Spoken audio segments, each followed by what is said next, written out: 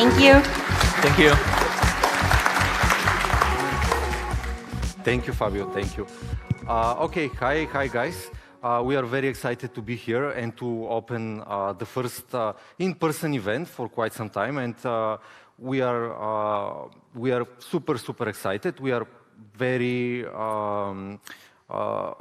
excited to have such a great crowd here. I'm here with my colleagues, with Deborah, with Yoana, with Hristo and Tsvetan. You will meet them all during the workshop. We will take turns to show you some stuff. Can we please lower the speakers? And can I have my presentation, please? Okay. Perfect. Okay, super. So, one more draft. What it is all about. We will do, as Fabio said, some lengthy workshop, which will not be the traditional workshop. So you will not have 5 hours of us clicking through Macs and through settings. We will have some part of this will be ours.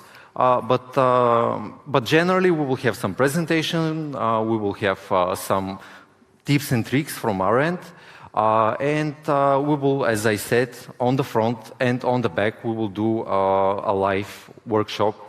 This will be after the lunch break. We think that the small design changes that we do during the actual visualization process, which doesn't really necessarily we count as our job, are at the actual thing that make great impact on the overall end result that we have. By the way, can we have even this turned off? Okay. I can still hear my voice, by the way, sorry. We are doing things live, so it is what it is. Okay, so let's start with something like a small lesson. So, zdravejte. This is the Bulgarian word for hello. You can learn it because it's very important word. It will take you to some nice conversations which can end with drinking rakia or fist fights or both, you know. So it's important. So здравейте всички. So who we are? We at Redvertex and what is coming your way as well. So we will have some small presentation of the actual company. Then my colleagues will share some tips and tricks how to deal with difficult client situations and how we do it in order to be successful. Then we have a small lunch break, and then we will have the actual live workshop when we will click through our scene with you guys, whoever is bring their computer. Okay, and at the end, I will tell you a few things about our new international academy that we will setting up this year. Okay, so who we are? We are, I would say, currently an international company. We have started in Sofia 14 years ago, and currently we have more than 180 people worldwide. So we have 5 offices, which I will show you in a bit. They are in Sofia, obviously. We have office in Burgas, which is also in Bulgaria. We have office in Dubai. We have office in London and office in Serbia, in Belgrade. The company itself is started by these 2 men, these 2 architects, Dimitar Rashkov and Jan Shishkov, who both share their passion for ArcVis and the beautiful side of the architecture. So they naturally turn to the ArcVis business to fulfill it. And It may sound a cliche, but they did start in a garage. And we are not in a garage anymore, so this is nice. So we started in 2008, just at the time when the global financial crisis hit, which is a perfect time to start a company, by the way, because you can be free to use and to explore a lot of options when everybody is moving out of the business. You can enter it and have a fresh start. By the way, we did this in 2020, this very nice year, where a lot of our competitors were firing people. We didn't let one person go the office, and we even had the opportunity to hire more people during this time. So yeah, if you have a crisis, you have a lot of opportunities. Obviously, you can fail, but you know, this is life. So yeah, again, for those of you who like geography, we have set up this small map of the actual office locations. And obviously, the mandatory virtual tour guide of the offices. We are set up in a very nice industrial building, something similar to this, which we are gradually, conquer. We have started with one floor in 2015. In 2016, we got another floor. In 2018, we got the third floor. And who knows, I mean, we have a lot of opportunities to put people on computers in there, so who knows. And you have some images. This is mixed from our 3 floors. We have hired the world-famous graffiti artist Arsek and Erase. They are guys from Bulgaria who do huge murals worldwide. So they have a bit of decoration in our office.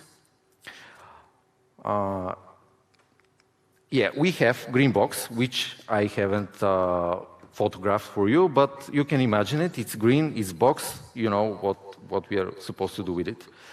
Okay, so this is our office in Burgas. I have deliberately set up this to be a grayscale images because all the surfaces are super shiny and they will hurt your eyes, but this is actually a former lobby bar.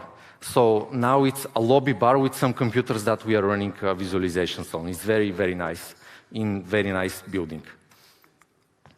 This is our office in Dubai. Also, we have great computers, great space to work, and great views to watch, actually. This on the, what is this? Bottom left, I guess. This is the Tiffany Tower that we are located in. We are actually setting up another office in the same location because this one becomes too small. It's every time we are setting up an office, it's become too small very, very soon. So we have 12 people for now, Deb? Yeah, 12 people. And we plan to do an office for 24 people. So all day are working near our main clients. This is the office in London. This is a new addition to our office portfolio. We have very nice views from it. We have great international team. And we have in it the most famous elevator in the world. First of all, it's huge. I'm geeking out about elevators, don't mind me. But the great thing is that, do I have a pointer here? Okay, so this, for those of you who cannot read it, this plaque says that there is a fighting scene from James Bond that have been filmed here in '71. So it's a famous elevator on a very nice location. And of course, this is our Belgrade office in Serbia. And here you have, by the way, our colleagues are going through the 3 stages of getting comments from your clients. So you have rage, you have denial, and you have acceptance at the end. So, oh, it's fine.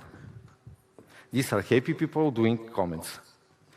Sorry? At the last stage. At the last stage, obviously. At all stages.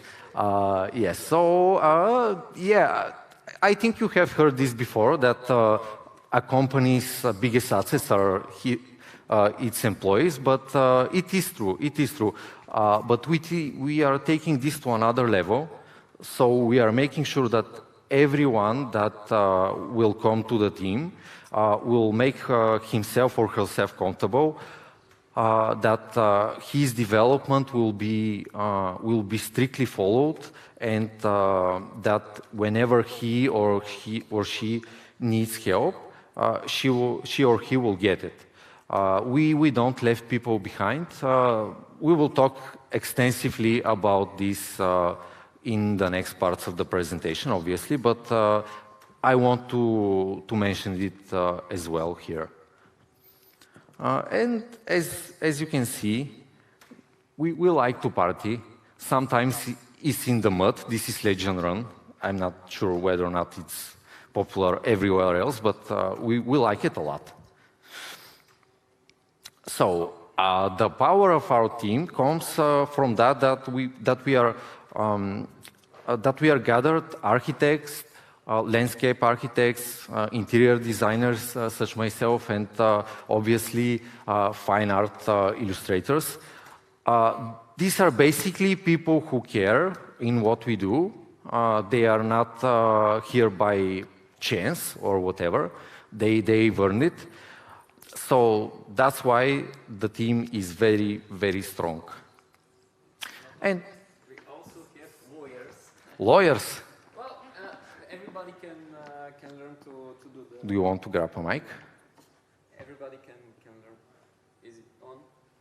Or not? Whatever. It's on. It's on. Is it on? Okay. I just wanted to say that everybody can learn to do this.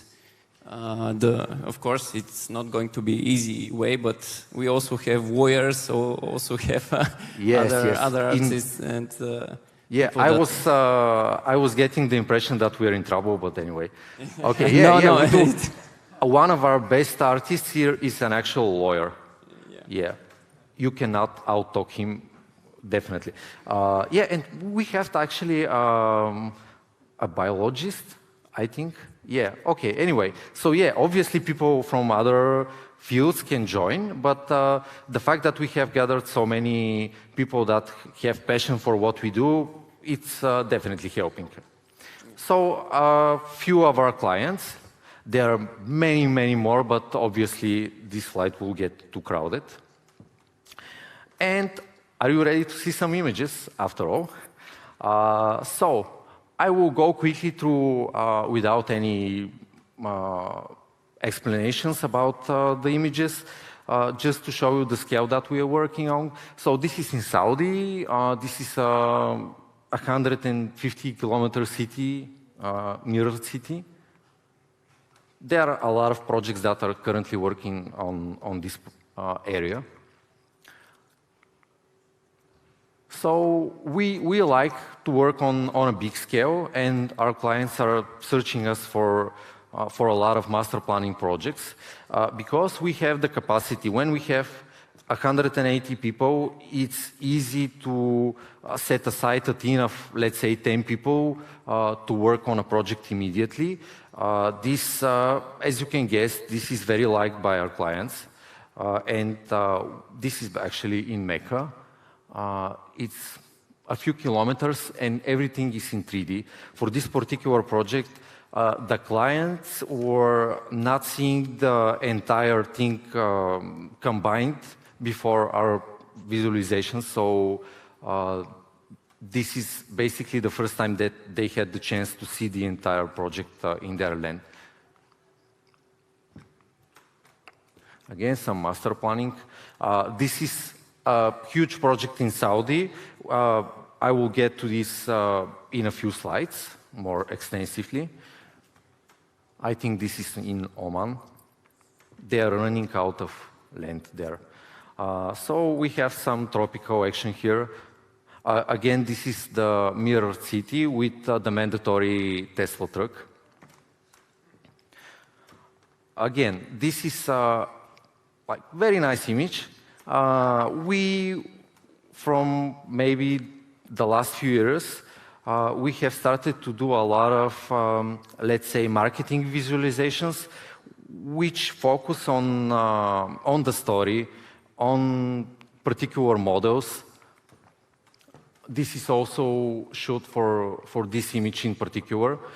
We started, by the way, to use actual actors in the last few years for the reason that when you are using maybe fashion models, they look good, they pose good, but they are lacking the expression that an actor can reproduce.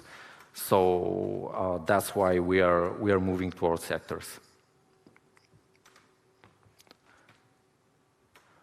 Again, a few dream images. So we are moving further to Saudi. This is, Ivan will explain you later in more detail, but these are a series of projects that we do with the Saudi government for the Diriyah Gate project. Maybe some of you have worked on it, I don't know. This is a project that requires a lot of custom assets, a lot of custom shooting and so on.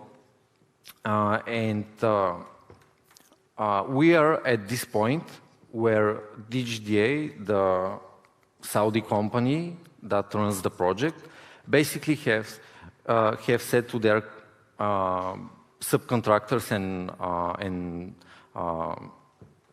designers, if you want to work on the project, go to Redvertex because they know what to do. And we in fact, we do know what to do because we have a few years of experience. We know what element to go with what element better than the actual designers. It's not an offense to them. It's usually for someone which is not experienced in this particular style of architecture, it's very hard to enter. And if they listen to us, they get fewer comments from their client, which is nice. If they don't, we are doing a lot of back and forth and so on. Yeah, a few more, I would say, high-tech projects. We are involved in these projects a lot because currently they are starting at some very early stage. So we have to develop all the architectural articulation for the project. Usually our clients have their idea roughly, and with our help, we are setting the final project. We are not afraid of telling people like, oh, no, we need the complete model, otherwise we will not start Max and render it. No, we want to be involved in every step of the way in this development. And from time to time, we have people that are working in the actual office of our clients on the project. They're sending some rough models to us, which we are further developing in the office. Again, some high-tech projects. Okay. And I think this is from my part. We will start the next part, where my colleagues, Deborah and Ivan, will share you a few tips and tricks. Okay, thank you.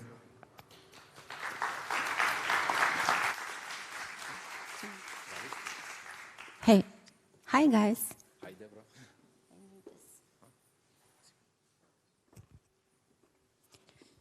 So, hi, my name is Deborah, and I'm from the Dubai offices in Redvertex.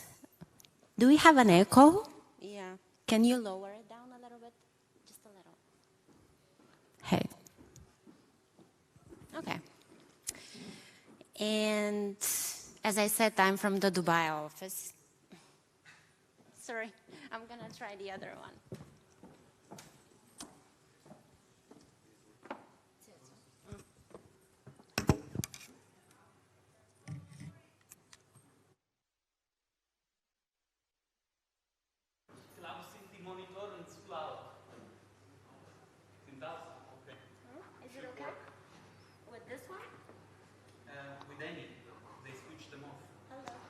You have to. Huh? Okay, we'll try this one. It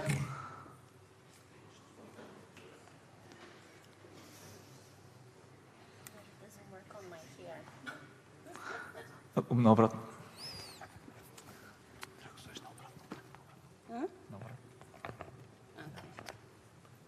Sorry, guys.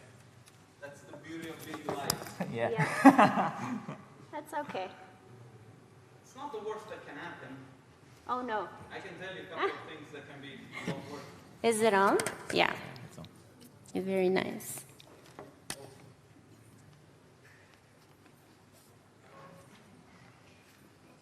Okay, I'm ready now. So I'm going to start again. My name is Deborah, and I'm from the Dubai office. And as Tsvetan said, we're going to be here today for a while. So we're going to start with a little bit of stretch, as Fabio said earlier. So you guys have sketchbooks, right, from the earlier? And I want you guys to take them out. And I want you guys to separate in two. So each of you can find a partner.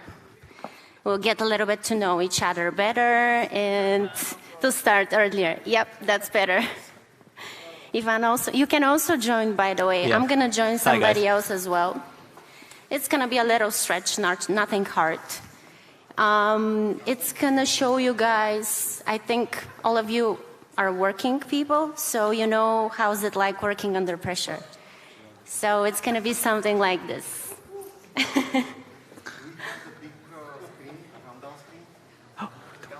I'm sorry, I'm just going to be walking around if that's okay. So we're going to have, guys, 60 seconds. Yeah, wait, don't start, wait. I don't have the clock. It's an icebreaker that I think is very famous. So let's have 30 seconds for you guys to split in twos. If you're not done already, just let me know. Huh? Okay, I can give you... Tsetso, can you give me this? It's not exactly a sketchbook, but this will work. I'm sure I don't have it. No, I don't. It's okay. We'll get you later. But you can use this one, and I can sit with you. Okay. Okay? So you guys ready? I'm going to start a clock, and it's going to be on my phone, or not. It's 60 seconds. Don't make it less, please. Or we can make it 45? Yep. Yeah, of course. Of course, we have time. Huh. 9 minutes.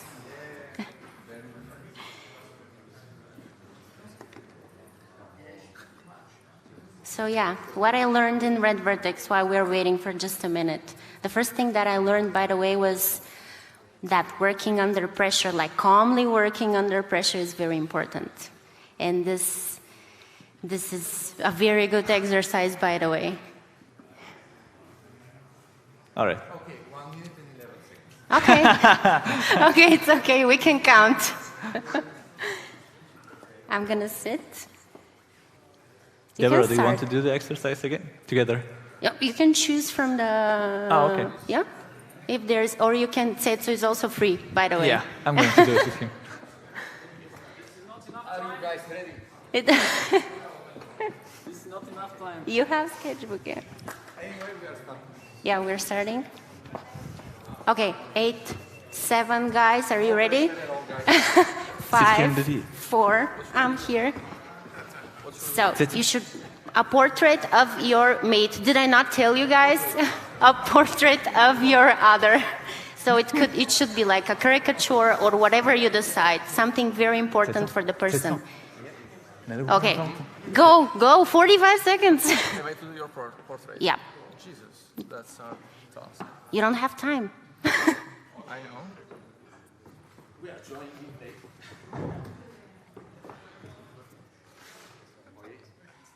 Keep in mind your time and stretch throughout.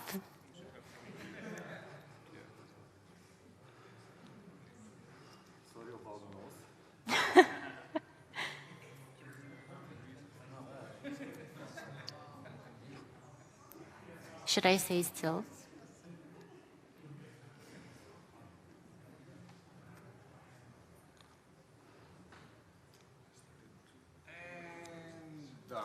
What? No, we have 10 more seconds. Go, go. No.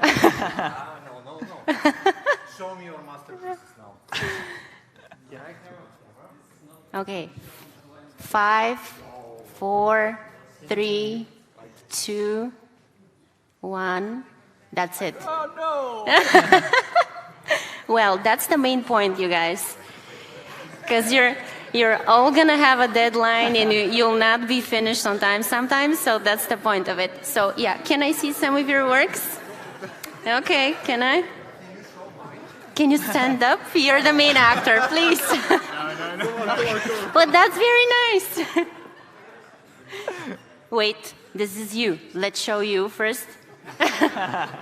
But I think that's very nice for 45 seconds. Okay, how did that make you feel, by the way? Like the exercise itself? He's better in the picture than you realize. Yeah, show it.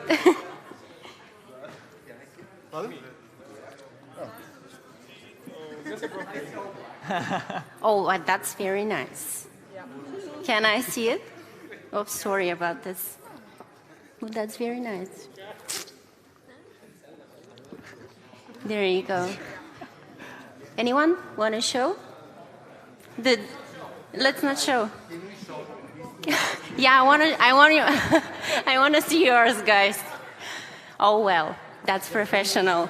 There is quite a bit detail here. Yeah. Awesome.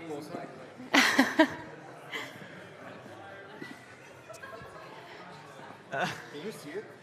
I don't know. No, but I like the left one. In the Yeah, in the stream. exhibition that we are going to organize. Yeah, definitely. This goes on the fridge, by the way. Okay.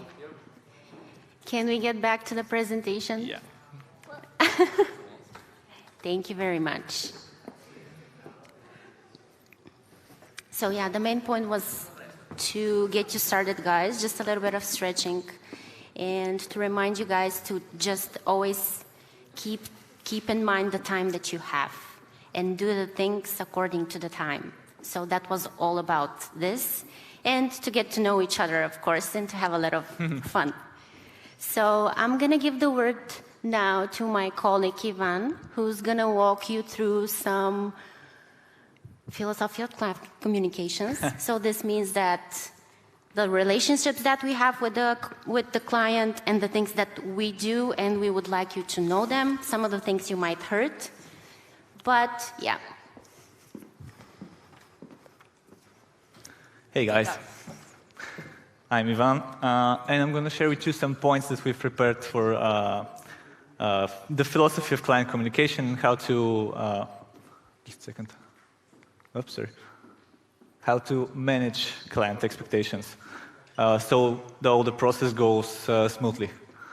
So I'm just going to click them all, and I'm going to talk about everything. There's a lot of things that can go wrong during a project, and it's important to manage your client's expectations firsthand, so he knows and he's briefed in on all the process, and things don't go sideways. So the main thing is, from the get-go, to be transparent and offer solutions, to know what type of thing does he want, what exactly can you offer, and so you can brief him on what are the possibilities. The worst thing is a client that's not in the know what to expect. It's best to that he has an idea of what to expect. So when you receive a brief, consider it carefully. Consider what what can be done in a certain time, what can't be done, and share with the client what exactly is bothering you. It's best if he knows, if the deadline is unlikely to, to happen with this type of brief. If the scope is too large, perhaps you can't really accommodate all the changes and stuff like that. Also, it's best if you set clear goals for you to plan and know your team's strength. What I mean by that is perhaps have, day 1, you are sending clays. Day 2, you're sending material previews.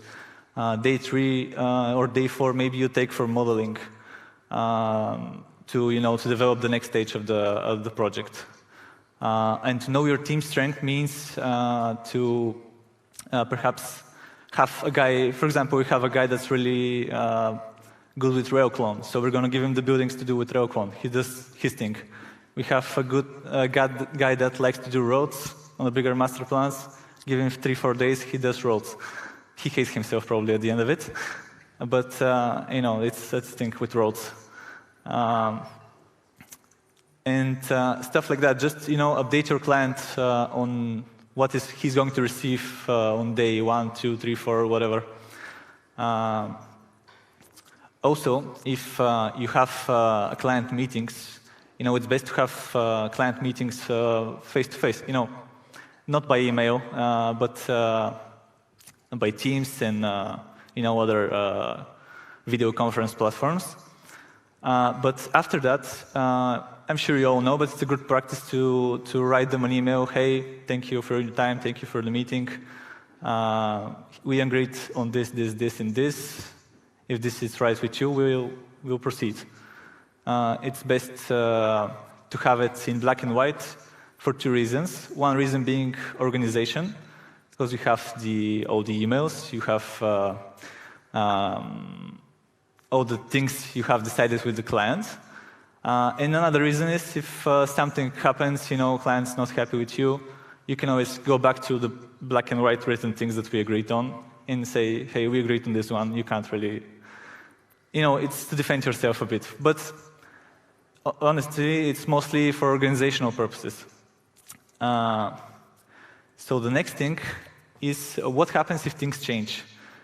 Sometimes the scope changes midway, the deadline changes. Not the best thing, of course. And you have to make clear to your client what happens if things change. Perhaps he wants you to change the model for the next day. And you can say, that's not possible. We can change only some parts. Or something like that. For example, if the scope changes, you can extend the deadline, ask for an extension, or you are going to have to ask other teams to go to your to help with your team,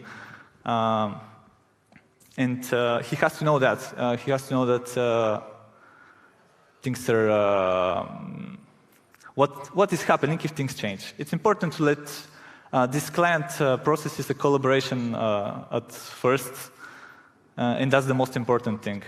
So you have to let them know anything that's bothering you and not keep them in the dark. And also, it's best to build trust by setting expectations about your work. For example, you can always say, the client is writing you, hey, I need this image now. And you're writing them, okay, we can't do it for today. We'll send you first thing tomorrow. But you actually managed to do it for today, and you send them. You say, hey, the team pushed harder today. We managed to get the image to you. So now he's, the ball is in his court. He has to give you comments, and he's happy with that he's received the images earlier. So you're setting up for a positive momentum with the client from the start. As I said earlier, calls are very important. You shouldn't have communication only by email.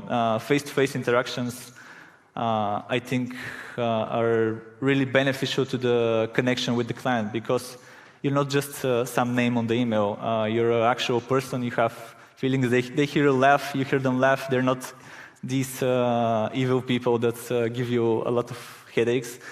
So we had projects where there was a lot of comments, and we're like, okay, how are we going to manage to do these comments?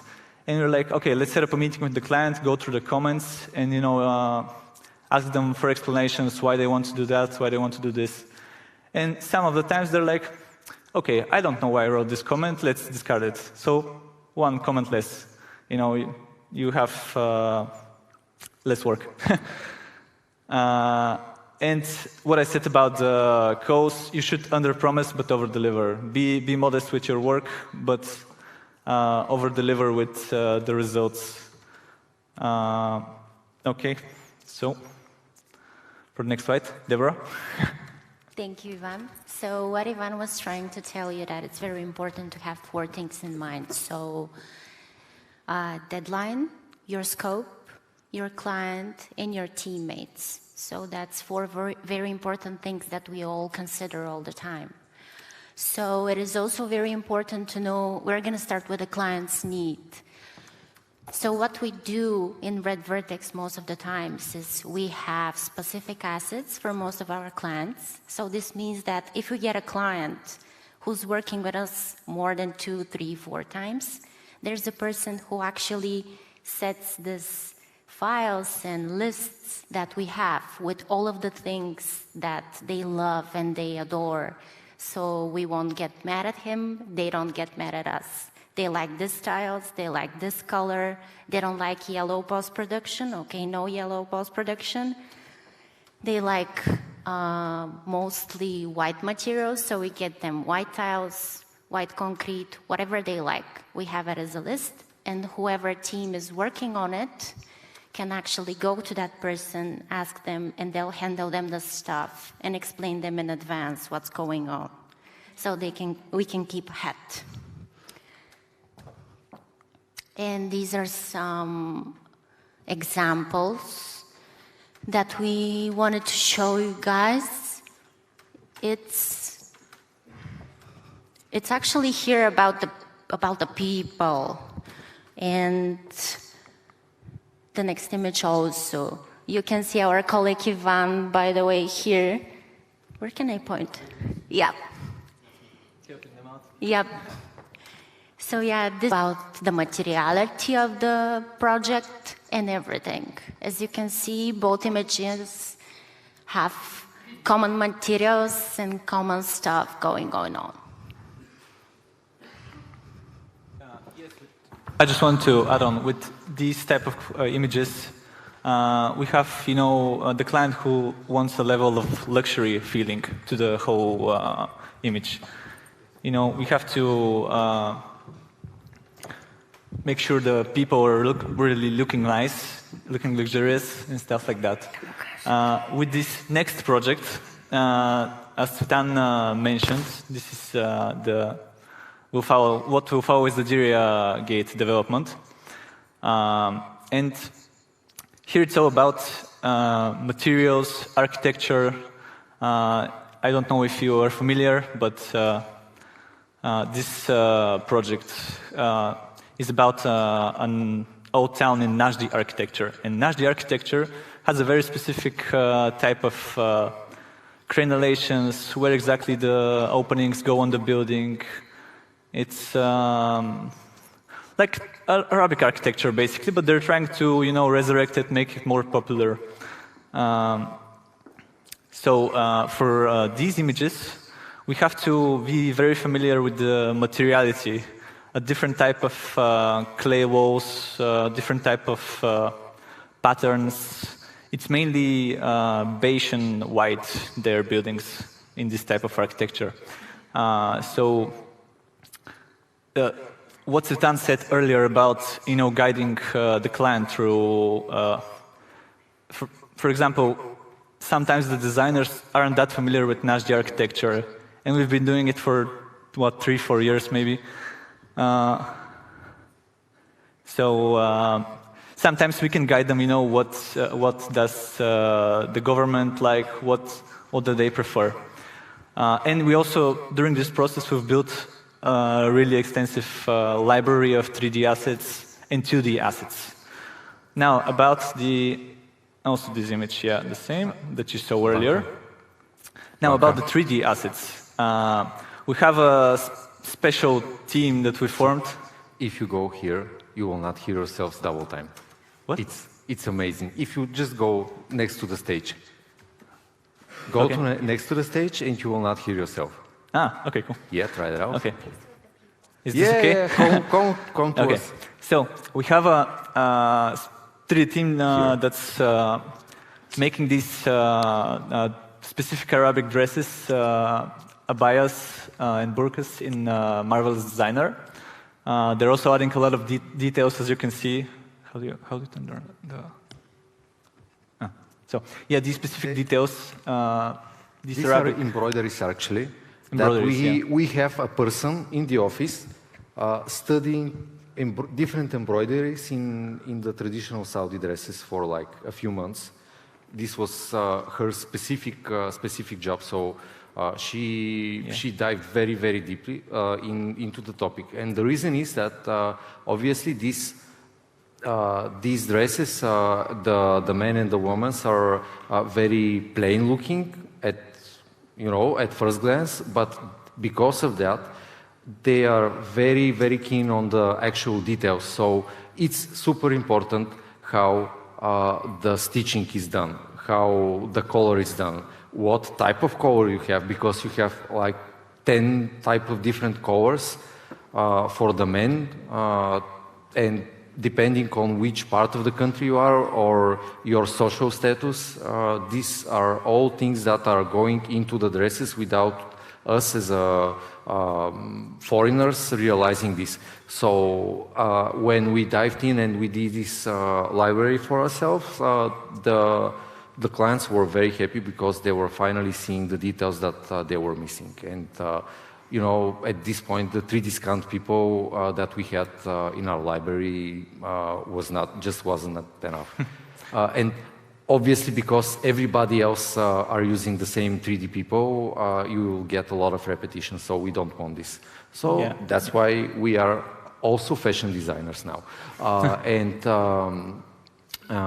one other thing, for the slides that we passed, for the marketing slides, the people that you saw in the luxury images, can you go a few more slides back? Yes. So these are the actors that I was telling you about, and the bravest one of them all, the next slide, the puppy, obviously, had to endure maybe 3 hours of shooting just for this people walking scene. It was like jump with one leg, jump with the other leg, 3 hours. So yeah, and we are gathering professional actors just to do this style of photo shoots. And obviously Ivan with the suitcases, but anyway. I'm not a professional actor. Yeah, absolutely. pure talent, baby. So actually, there was this doc is a colleague, colleague's doc of ours, and these guys were jumping up and down, to try to look like they're running from the hotel for a cab. So it was like that on the stage all the time. Anyway, for the next slides that I was talking about, what I wanted to say more is that other than 3D assets, we have developed a huge library of 2D assets. So we felt like we had to be really authentic with these images. So we shot a photo session in Jeddah with actual Saudi people, with all the specific details of their garments, to be able to look really authentic in the images. That was the main idea, because the client was really keen on, having all the people be Saudis, be really good, really good looking, and This definitely elevated the process with the client, because they have approved so much of our 2D library that we have, for every new image, we have approved assets. We don't have to search for new assets. And that saves us a lot of time in the process. So we have traditional, we have casual, and that's that.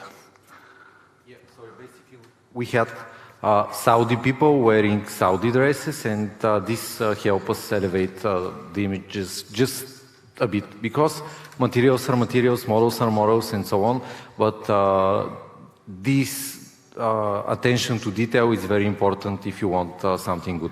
I remember, by the way, a few years ago, there was like this client in the UK. We were making an image for Birmingham. And it was like normal image, people walking on the street and so on. So a lot of our post-production artists tend to put very, very nice, fashionable people and so on.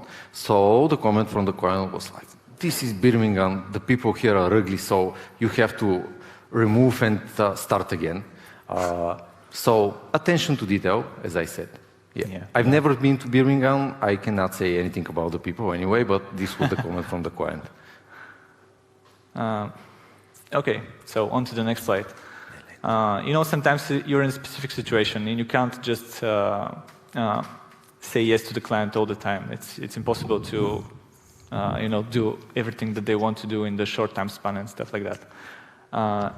That's why communication and collaboration is important. We are, one with the client again. We're working with the client as a team. So you're a problem solver. Sometimes you have to say no, but you can't just say no and go away. You have to offer other solutions to the client. Because you're at first a problem solver. You're not only a CG artist. And you have to compromise together with the client to achieve a better result at the end. For example, he wants maybe 10 images. Perhaps you can do 8 now. After that, start a new phase of the project, do 2 more. Maybe they will like 2 more, they offer you 6 more. That way you're managing, again, your client's expectations, and you're managing their time, and your time, more importantly, efficiently. Because the clients don't know how you're doing the images exactly. They don't know how much technical time is needed, how much design time is needed to form everything. So you're there to guide them through that as well. So yeah, the client wants a sudden change of model. This is the usual stuff. Yeah, yes. So what happens? You get the sweats. And what you can do is, for example, yeah, go ahead. For example, he wants you to change the model for tomorrow or for today. You say, okay, I can change only a certain part of the model, or send me only the changed parts of the model. Usually we have a practice of the client sends us the model in their native program, whether it can be SketchUp or Revit or just an FBX file, and we keep the model where the client sent it. So later when they revise the model, we just import it and it lands in the same place. That's why if they're kind enough to share only the changed parts of the model with us, it's easier for us because we add only the changed parts. For example, they change only the fins of the west side of the building, and they send you the whole model, and you have to figure it out by yourself. Where is the change? Sometimes they don't tell you. So always ask them, specify where the change exactly is. As for how to approach these model changes, if they're more extensive, you can always ask for a longer deadline or ask for higher compensation, if that's possible, of course. But fight for your terms with the client. You have to be in agreement, but also have to respect your team's abilities and how you can how much time does it take you to do these changes? You have to respect that.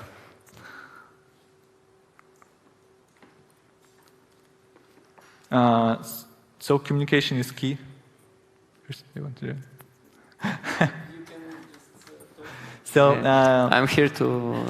Of course, communication is key. If needed. You have to communicate everything with the client, as I said earlier.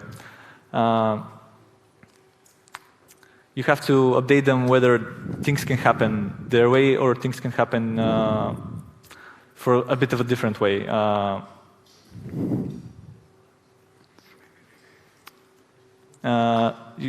For example, every time that you receive something from their client or you're about to update something on the project, in the morning, perhaps write them, hey, good morning, today we're working on this, this, and this. We're trying to send you the latest updates by the end of the day. That way, from the morning, they know everything that's being worked on. They're calm.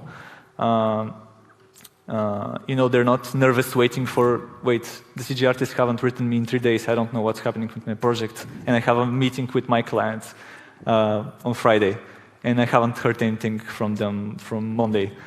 That keeps clients nervous, and a nervous client is, not the best situation that you can get in. So it's best to manage their level of calmness, so to say. That's why you need to write them, if not every morning, every second morning, for the days when you're sending them something or you're preparing something for them. From the get-go, they need to know what are they going to receive that day. So for third-party involvement, sometimes, or many times actually, there's a third-party involvement. Maybe the client's client had a sudden change of heart and he wants to, to go the other way. Well, wants to receive something else, wants to change the whole concept. But they don't want to change the deadline, or maybe something like that. So you have to be, if possible, be present in the meetings where your client and their client are communicating. It's a good practice to be present at those meetings, if you have that possibility, because you can say directly in the meeting, hey, what you want to do won't be possible for that deadline. We have to extend it a bit. We have to compromise with something. Maybe change the scope again, maybe, or change the deadline.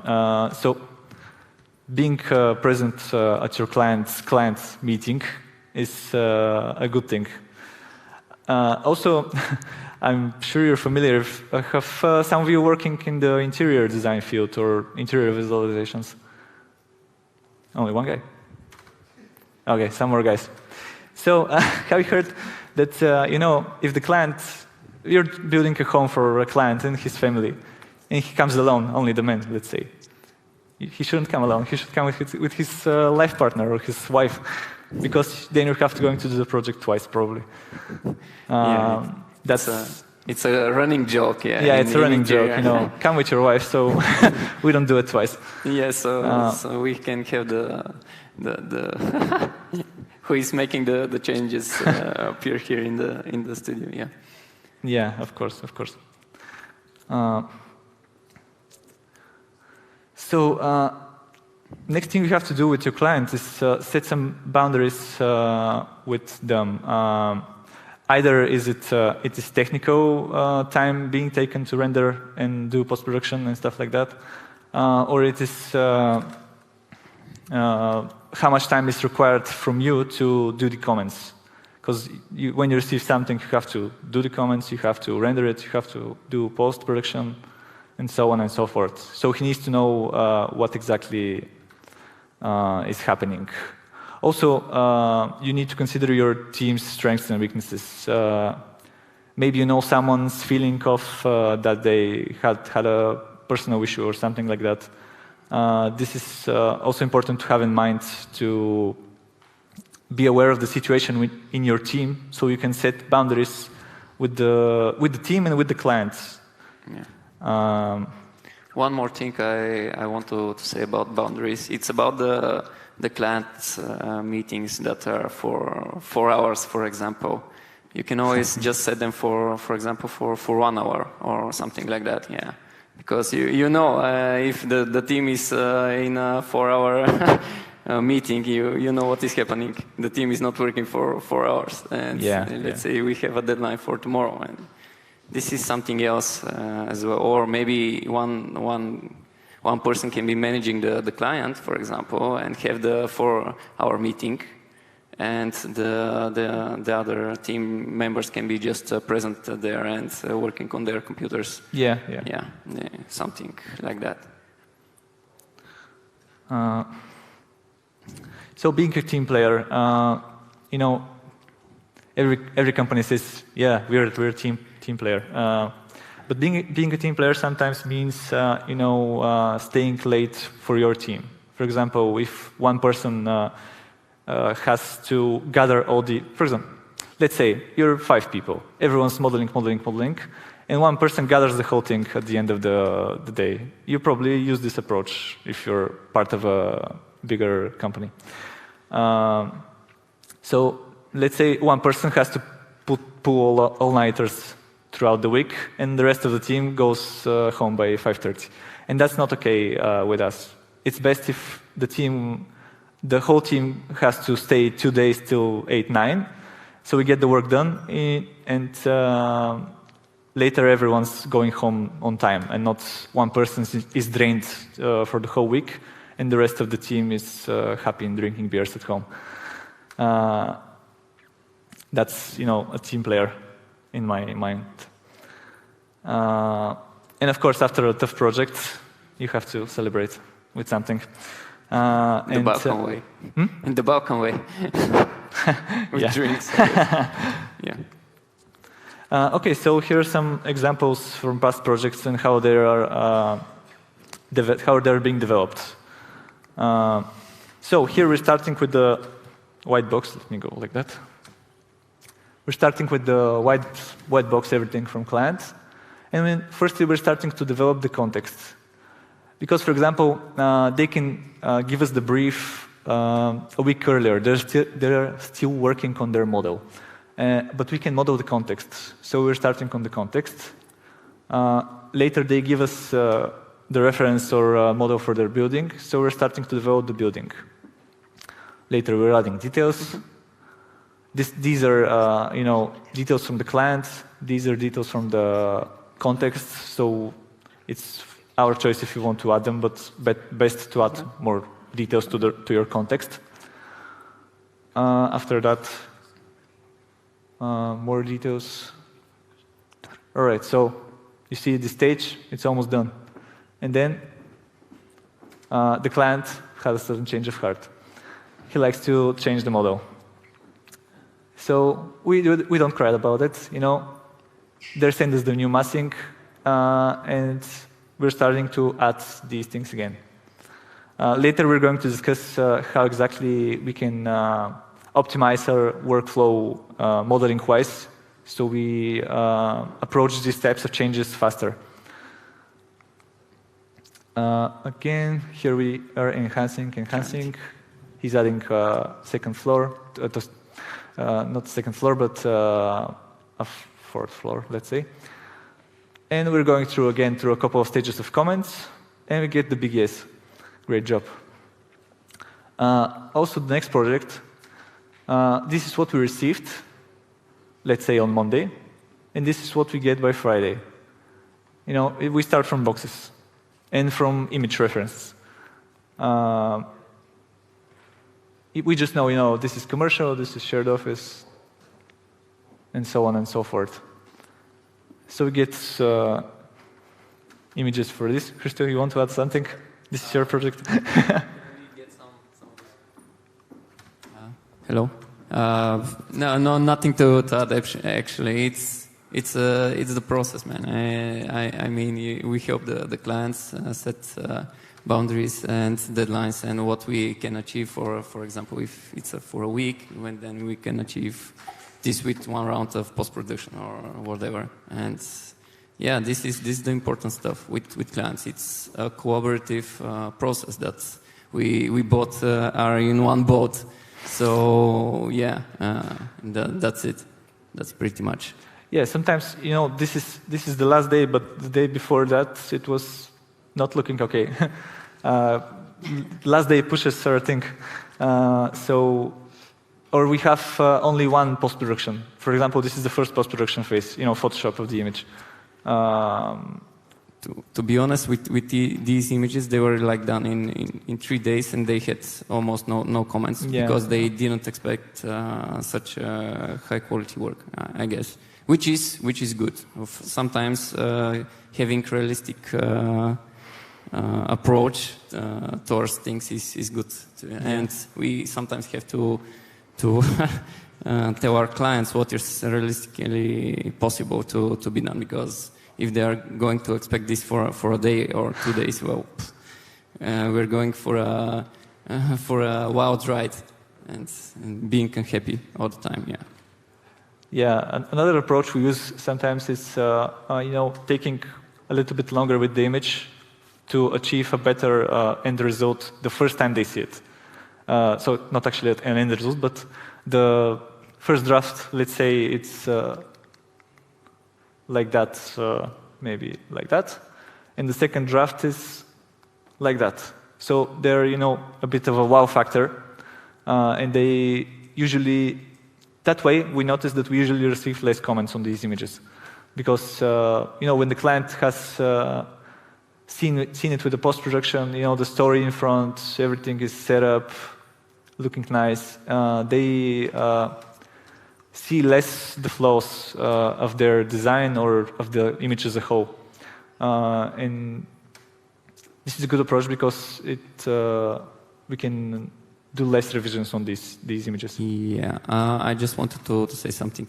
Actually, it depends on the clients, actually. You have to know the clients, and you can get a first glance at what they want and what they want to achieve and what they are, actually, because some clients just want to receive things all the time. They can be half-baked, but they still see progress. Some clients expect to see something more finished, so you can take like 1-2 days to make the image pop, and go on with it. And sometimes clients just want, okay, we have done this, and you send them this for the day, and we have done the context, and you can see it, and we have the boxes here, but it's still something, and if they want it, of course, you just have to adapt to it.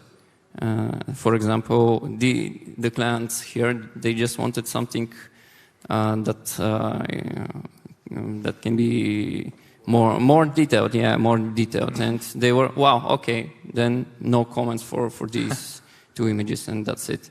Some clients, we've seen a lot of these that want progress all the time, which is good, not bad. Everybody is different, so you have to adapt to what they actually expect. This ties better with what we said earlier about, Deborah said earlier about, knowing specific clients' traits. For example, these types of clients like, to receive more refined things. Some types of clients like to receive more everyday updates. So you have to know your client, and working with a lot of projects with the same clients helps you know them better. Okay, let's proceed. Now Deborah is going to present us with some inspirational feedback from our clients.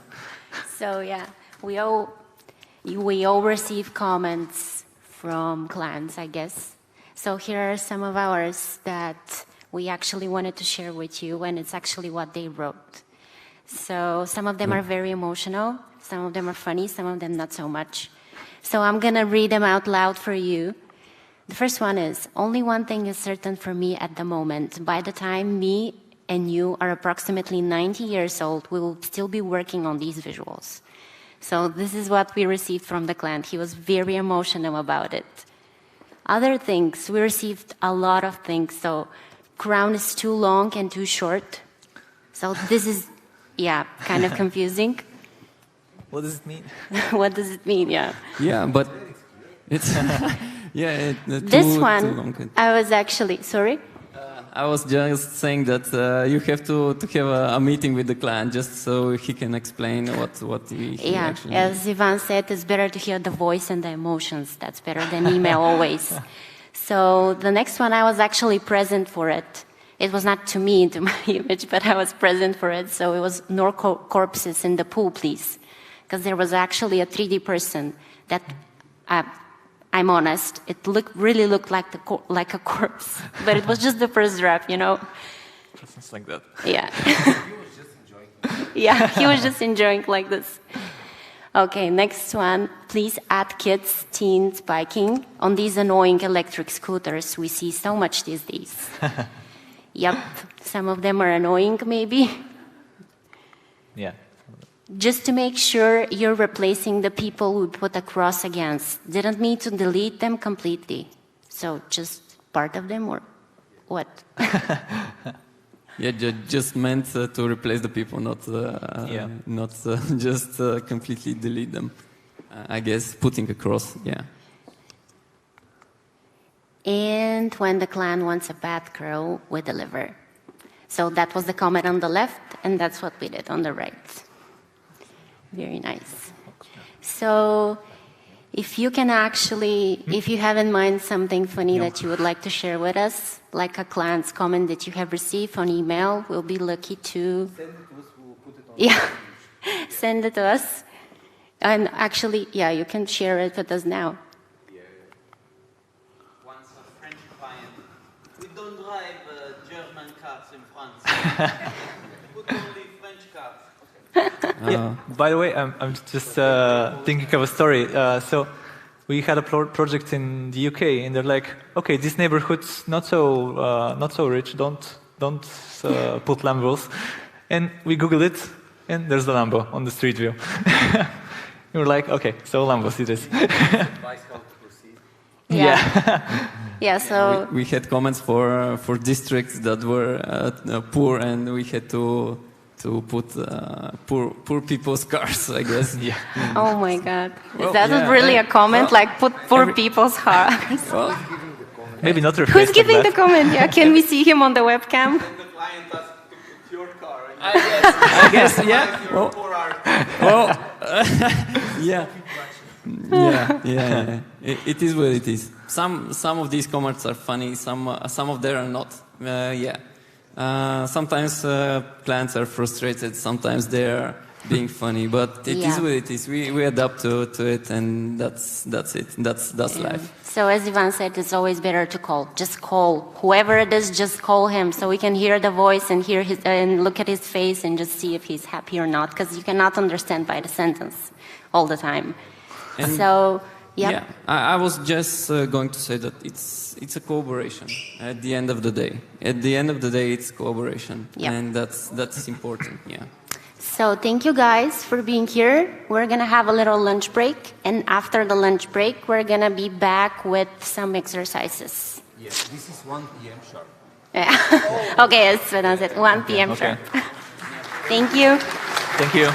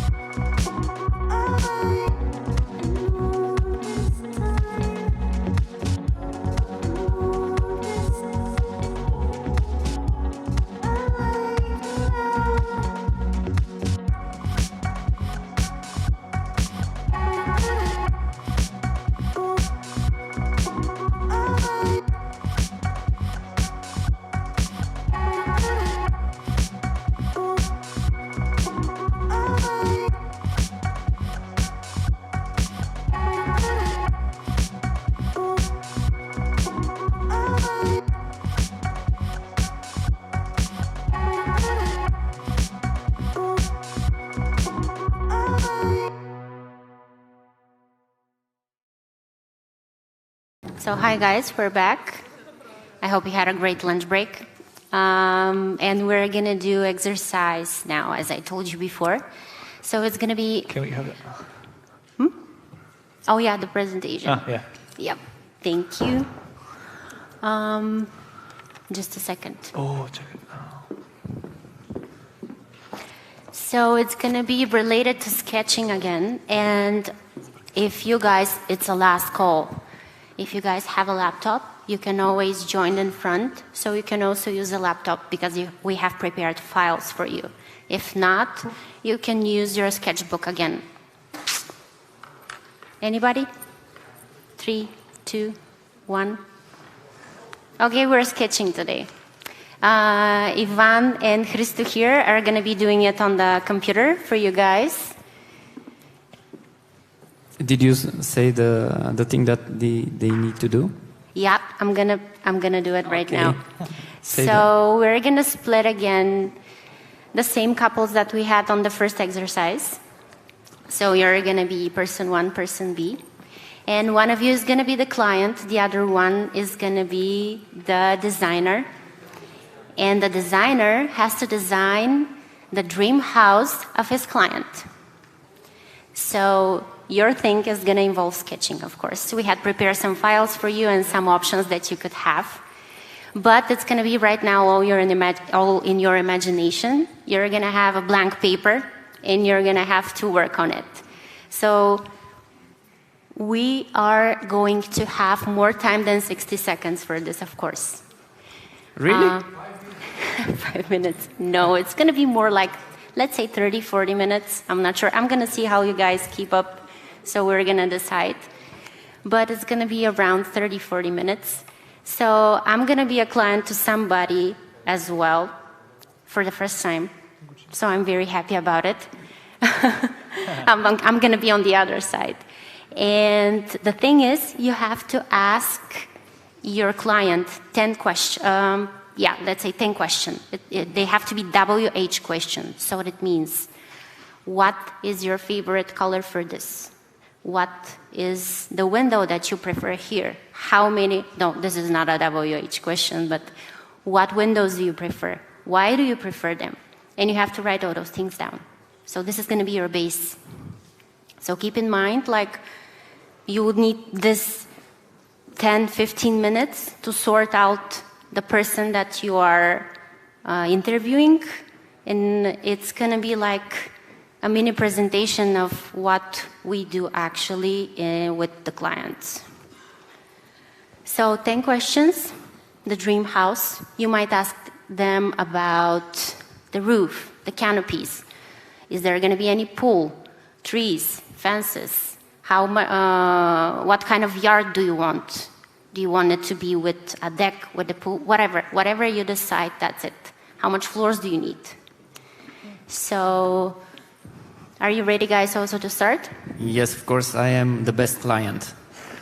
I always give comments, no matter what you do. Ivan, are you ready? Yes, I am. Don't lie to me. Come on. So, No. Can I come? Can I be your client? Okay. Deb, Yep. have we given the link with the model and? Yes. So for the people who work with a computer, this is the link. I'm guessing 1, 2 for now. If anybody else decides to join, this is the link. You can find the model there. Yeah, and we have some stuff prepared, like a roof, like canopies, like pools, like basic windows, models whatever. inside. Yeah. That you can use or you cannot use, whatever you decide. Yes. So I'm gonna start a 30-minute clock. So you guys get started. Do you need something? Does everybody have sketchbook? Everybody has a partner? Okay. I'm gonna get started. Anyway, Ivan, I'm ready. I am your client now.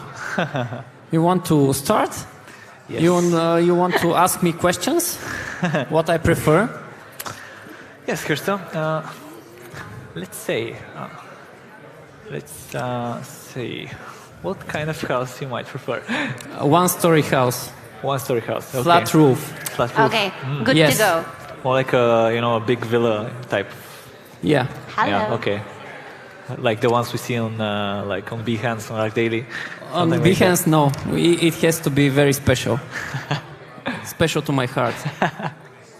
Really, really special. Okay. Big windows. Big windows. Nice. Yeah. All right.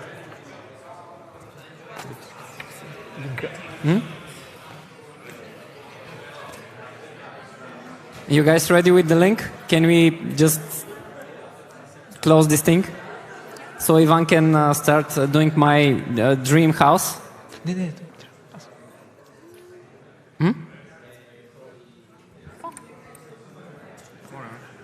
Just start, he ready with the start link? work, Ivan. Let's All right. let's just please. Okay. One-story building, One-story building. flat roof, big windows. We have to have a One-story. pool, of course. The first floor needs to be 3 meters. Very specific. Don't know why. 3 meters. Okay. All right. First floor, 3 meters. What?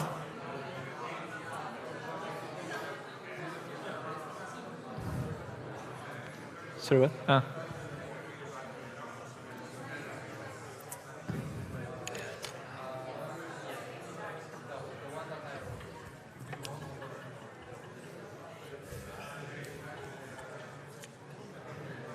Breakfast. What happened? Ah. Let's continue. Ivan, please don't. All right. Yes, let's start work, please. All right. First floor, 300 centimeters. 300 centimeters, yes. Flat roof. Oh shit.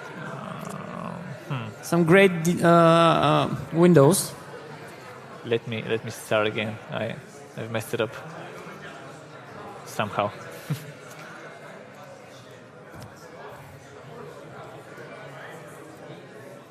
Whoop. Let's have a rectangular plan for. Rectangular. Okay.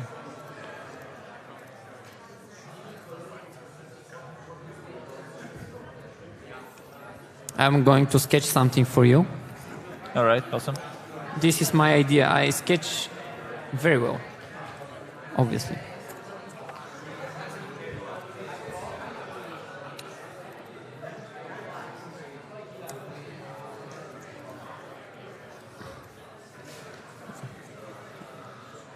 Okay. Oh, nothing. Okay. Okay, I'm you sketching. have prepared a sketch. Yes, I am a sketch client.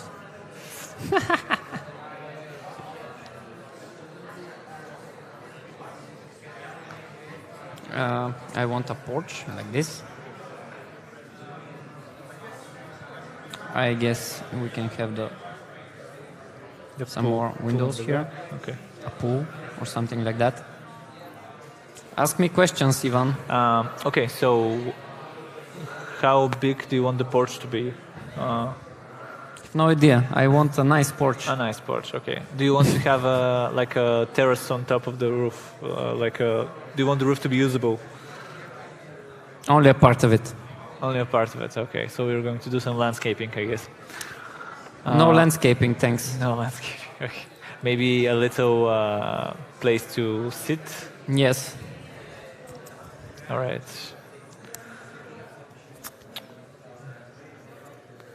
Let's go like that. Okay. So, let's prepare a sketch. So this is the pool. This is the porch. Yes.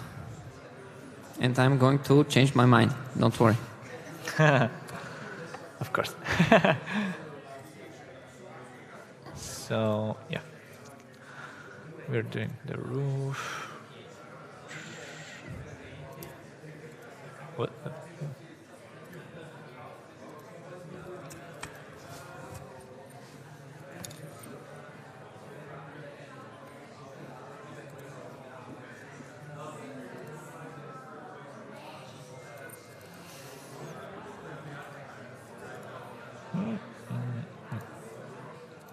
Sorry, modeling isn't taking short time. No, I will be looking at your work. Most of the time. Yes, I want to be the amazing client. How much time do you think this will take, Ivan, for the first draft? Maybe around 20 minutes. 20 minutes? I want it for 10. 10 minutes. Okay. I can do 10 on the house and 5 on the porch and 5 on the pool. 5 on the pool. Okay, not 5 on the pool. 2 on the pool and 3 on the seating area on the top. Okay, I want a rough model of the viewer for 10 minutes. All right.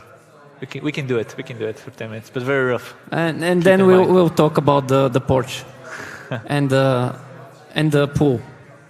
Don't you have a library for the pool?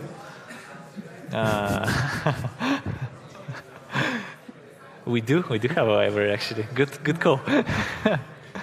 So you're going to make it in like 1 minute.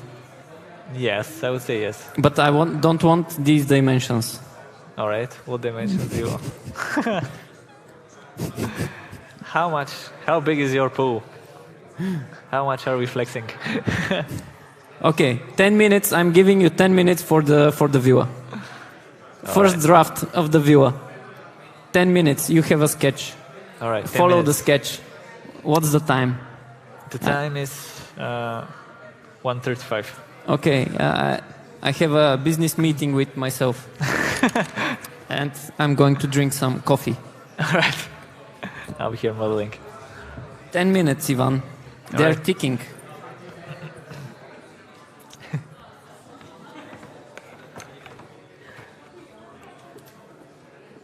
I'm on a business meeting with myself.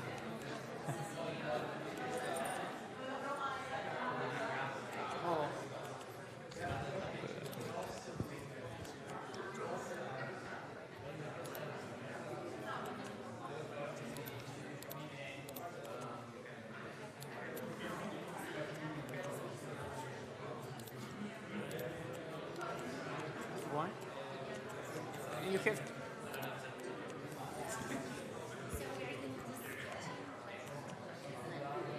no problem. Just a model in Blender. It's going to be all right. No need for the context. It's all right.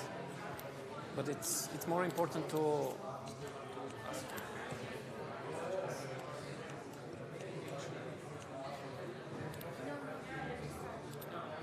So for the people sketching, it's a blank space. So you don't have any yards or any centimeters, any millimeters or anything. It's just blank paper, white. That's it. You have to fill it. That's the thing. Guys, if you want some reference file, just some human eye level camera, something like that.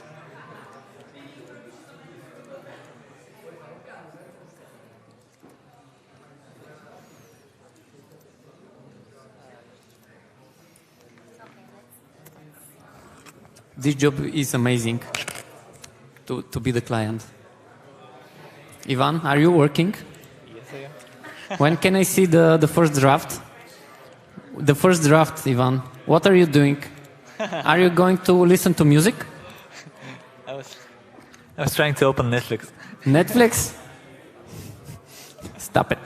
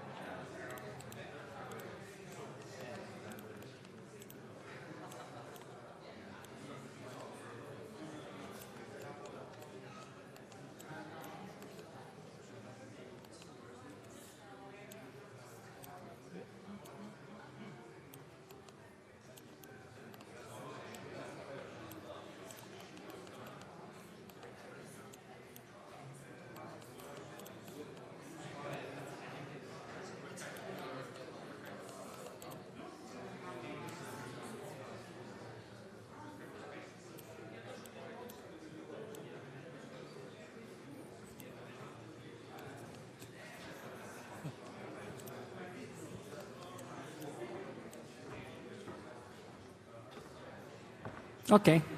Knock, knock. I see. I need to see progress. Hello, hello, Mr. Client. Mr. Client, yes.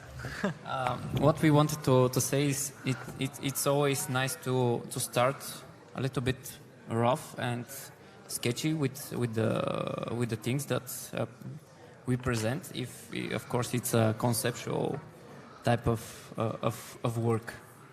Yes. So. Well, I'm not happy. But it's a good start. Okay, that's normal. Yeah. Yeah. Okay, I want some walls. Some walls. Where? Yeah, well, my viewer cannot be all made of glass. All right. Let's create some walls. Maybe we can have some inner walls here, yes. like that, separating. Can you give me like 2 bedrooms? 2 bedrooms. Okay. Coming right up.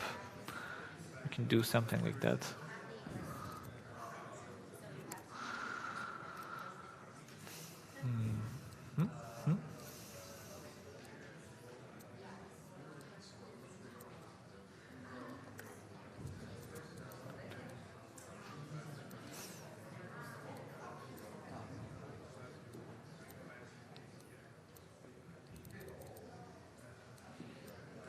right, so.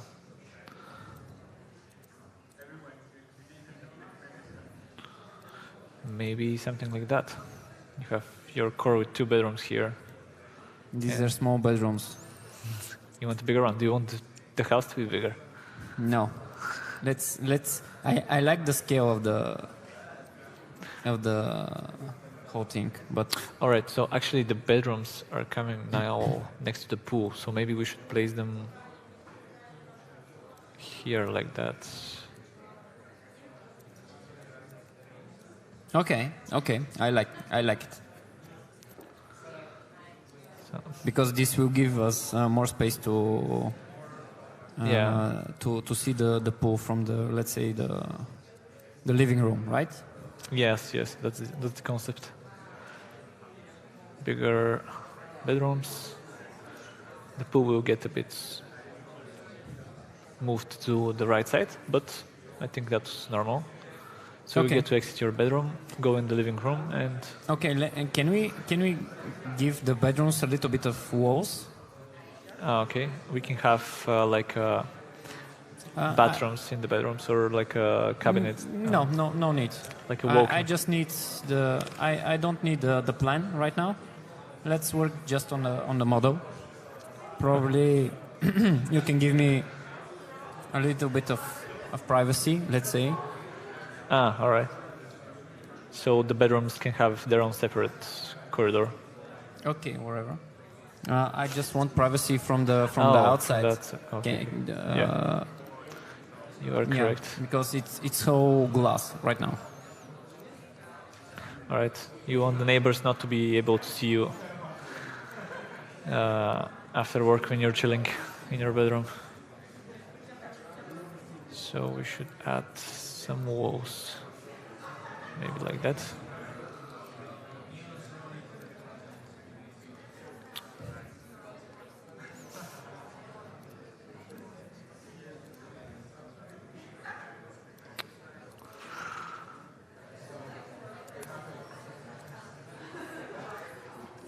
Okay, I like a little bit of articulation like this. Yes.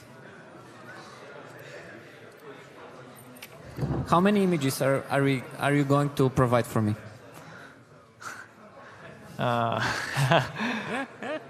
How many images do you want? And I'll tell you what can be done. Okay, for Or the what- time what- being, yeah. for the time being, let's do one image. Let's do one image, but we need the best image All right. from anybody else here. Of course. This is not going to work. What are you doing? Just Creating more walls? yes, more walls for the bedrooms. I want. Let's build a wall. I want to separate two bedrooms to be even more secluded. Okay. Can we have a canopy A canopy, yes, we can have a canopy to the side, maybe, to the side? or to this, maybe to this side, so you can park the car here. Okay. So what we can do is move it, the whole thing, a little bit to the right, change the plan a bit, Okay. and have a canopy. Do you like? They're both modern, but do you like it more like a wooden pergola or more like a metallic? Metallic. Metallic. Okay, let's use this one. All right.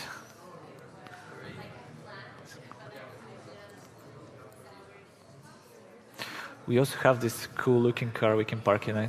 The cool car. The car. What do you think that is? Like an Audi?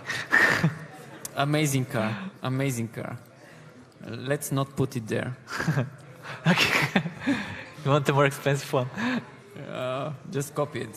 No Oh, worries. Okay. I don't have a budget for another car. As Fabio said, I am the poor man's car owner.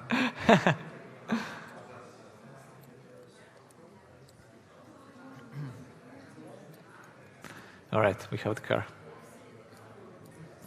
Okay. Okay, so what we can do next is maybe... We need a little bit of articulation. It's very bland right now. Do you have any ideas? I don't know what I You need. don't know what you want. Okay. I think we can maybe liven up the second floor with like a parapet or another pergola there, something like that. Also, we can add some more walls here just to, separate it a bit more. Okay. Is this the elevator part? I'm not sure. Probably yes. it needs to be higher. Yes. Okay, we can make it higher. No worries. Let's just see to the camera. Just a second.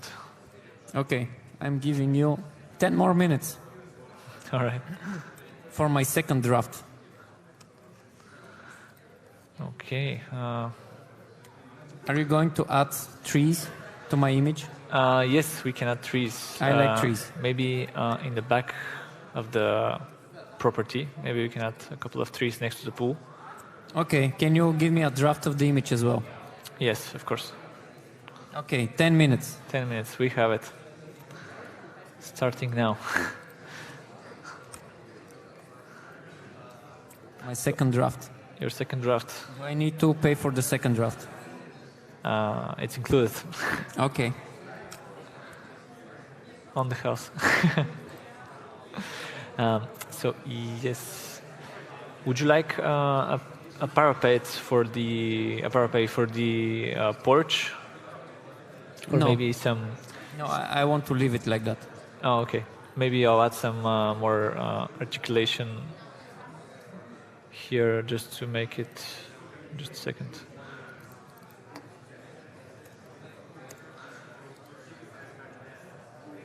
You'll see. I'll surprise you.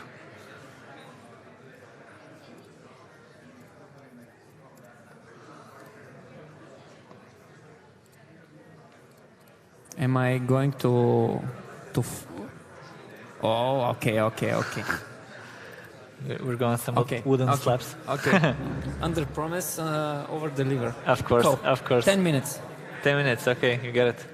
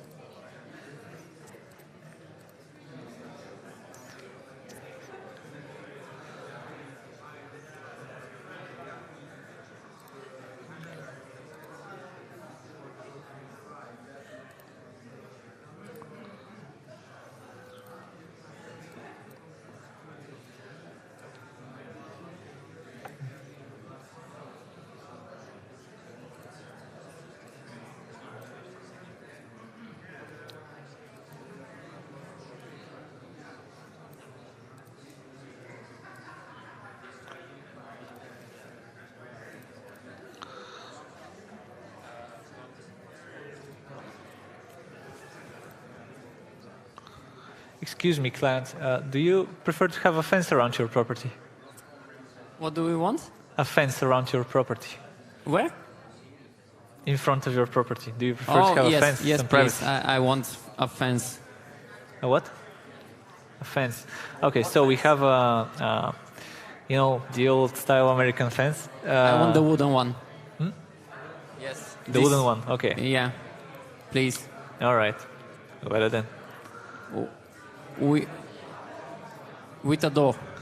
With the door. Okay.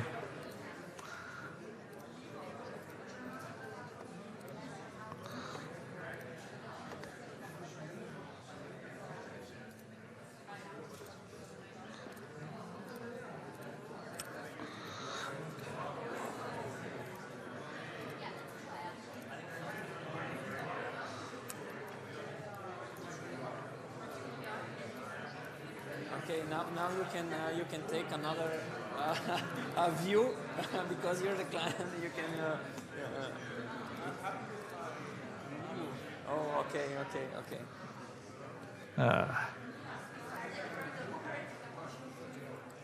Nice.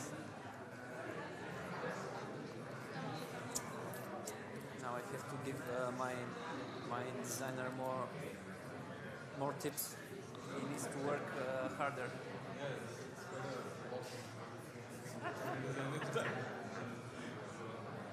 Yeah, it's.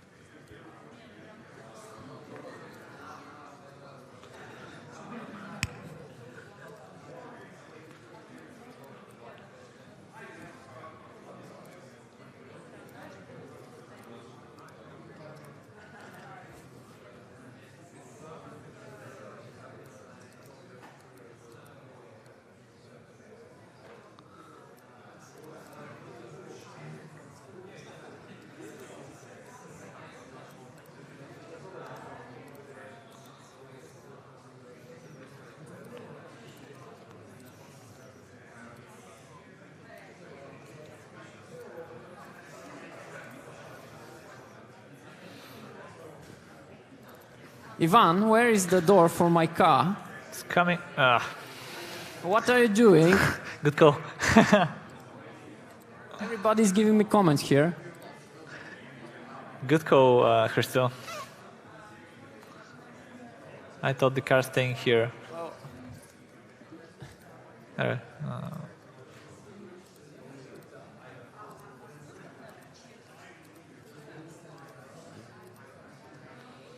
this is the smart way, the real Kwon way.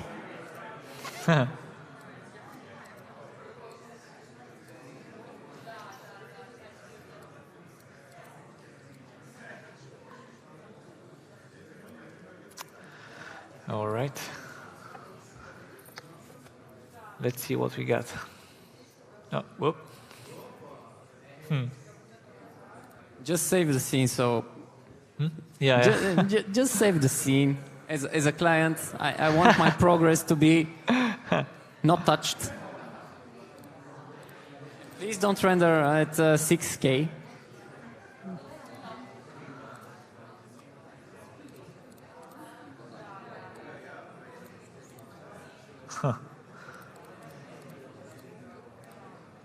See the white cache. I'm not sure. Vanka, see the white cache, mate. The white cache.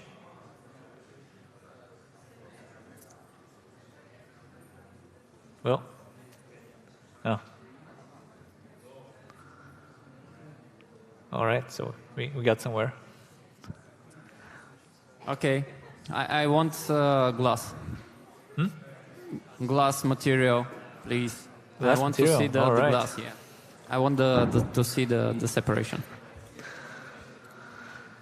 All right.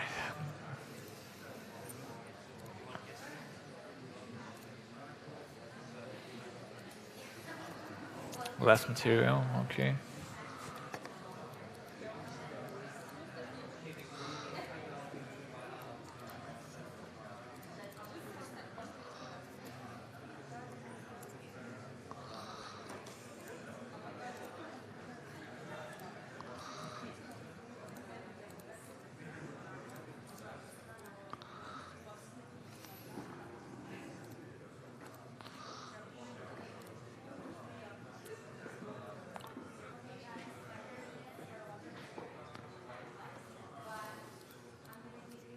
Minutes more, so yeah. 30 minutes are over. Time flies, by the way. I'm going to give you 10 minutes more so we can wrap this up and finish up. Ivan, So- where are my drafts? Yep, 10 minutes for the Deborah is not giving me Coming more right up. time. Coming right up. Please. Deb, why are you forsaking me? All right, so you want to come in and discuss your draft? Yes, I want. Right now. I am...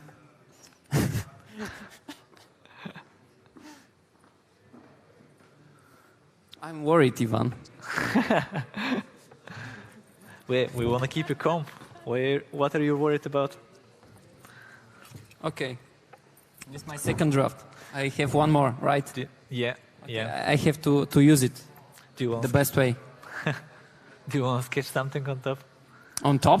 Yeah, we can do it. Photoshop. In Photoshop? Yes. Yes, or maybe we will snipping too.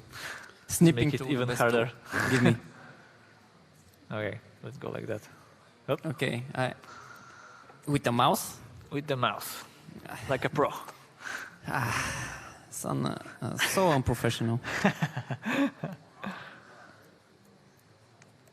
I want a wall here. Okay. Whoa. Whoa. Yes. Here as well. Yeah. Do you want to do something with the elevator? You know, make Yes, it- this one big block of nothing. Maybe we can use some wooden slabs on top. Oh of it, yes, hide it a bit. this a good idea. Something like this. Yeah. So Perfect. it can repeat kind of the repetition here, wherever. Good. Maybe we can have a bigger hangover of the Here. Yeah, Yes, the please. slab.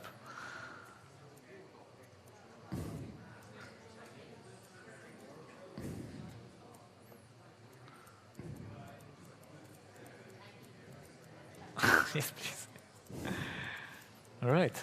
So, anything else? No, this is it. These comments. I really wanted to be annoying, All right. but you're doing a good job actually. I'm almost happy. These are quite extensive comments. It's gonna take 4 days. 4 days. You have 6 minutes. For 6 minutes, at least give me the hangover here Okay. and the That walls. will do. If you don't have time for the slabs, maybe we can. I'll see what I can do. I can't promise you it. I'm under promising. You're under promising, yes, but these ones They're are must. with a high priority. This is low priority. Only if you have time. You Okay, have okay. 5 minutes. Okay, thank you very much. So let's see what happens. 5 minutes or 6 minutes. 5 minutes. Deborah gave us only 5 minutes. Yeah. You can talk to her. All right. Let's see. We got the whole team doing it. We got the whole team on it starting now. The whole team. You're the whole team. Yeah. But Are you we don't know going that I have a big team. Are you going to use post production on my image? Just a basic post production. That's what we can offer. Basic post production. Okay. Yeah. Rendered at 1K. For this time, I'm going to All right. Let me check with the comments not to miss out on anything. I'll do it like that.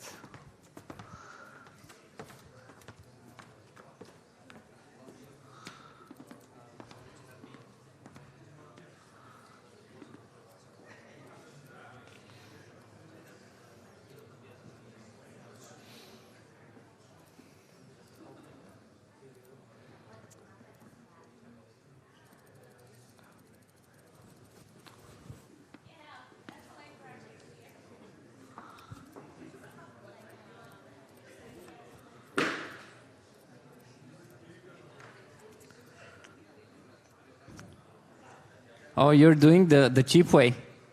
Yeah. For this time, the cheap way. No railcon for me? Nah, railcon for the... Maybe we can... I was thinking we can lower the fence a bit. Maybe.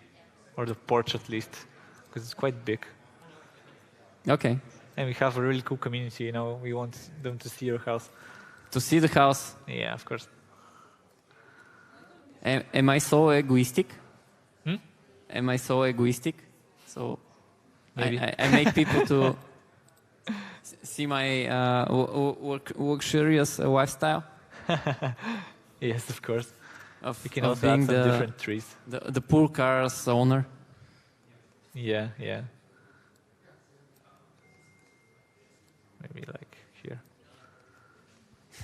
It was perfect in front of the garage. Hmm? The tree was perfect in front of the garage.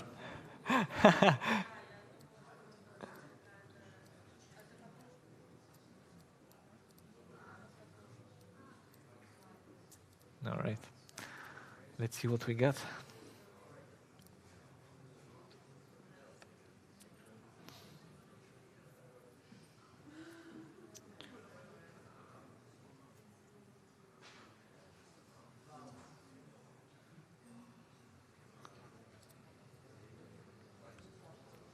Probably you can make the wooden things thinner. A what? The wooden things on the elevator thinner. Oh, the wooden things. Oh, okay. You can.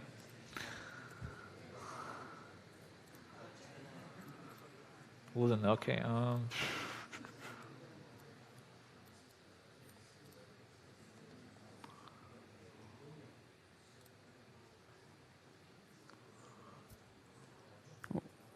I said thinner. Thinner, don't thinner. don't Oh, use okay, material. Okay. I'd heard timber. Yeah, this is what client communication is. You're punishing me because I didn't use Railcon, right? Yeah, right? yeah. Okay. Yeah. Yeah.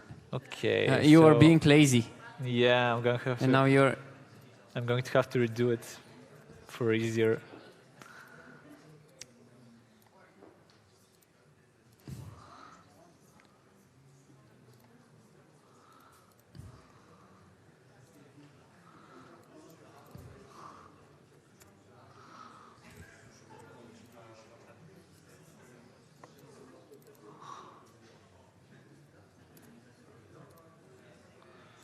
All right. Here we go with the Railcon.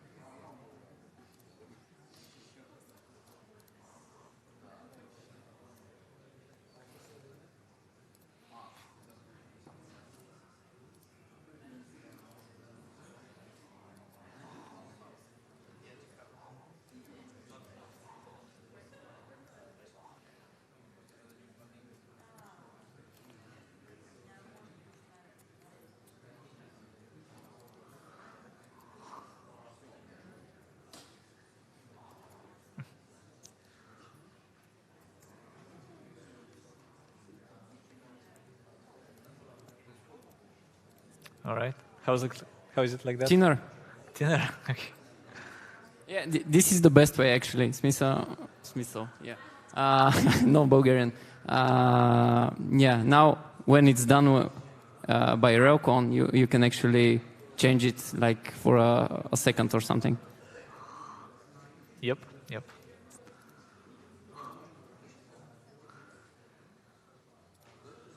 So now we have them thinner. Okay, I like it actually. Give me a rendered. All right, let's hit save.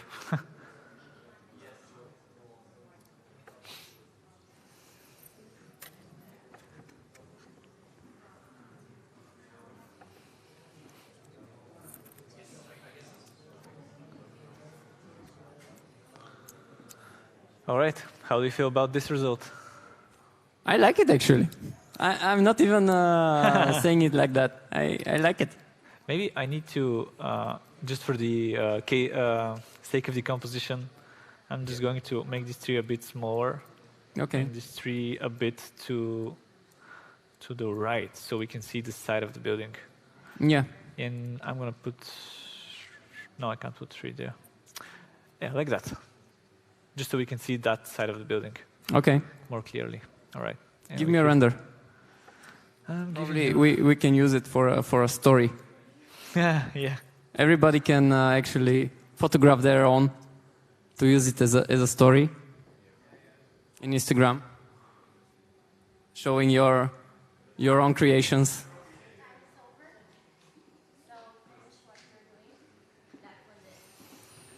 It is what it is. Is the house ready?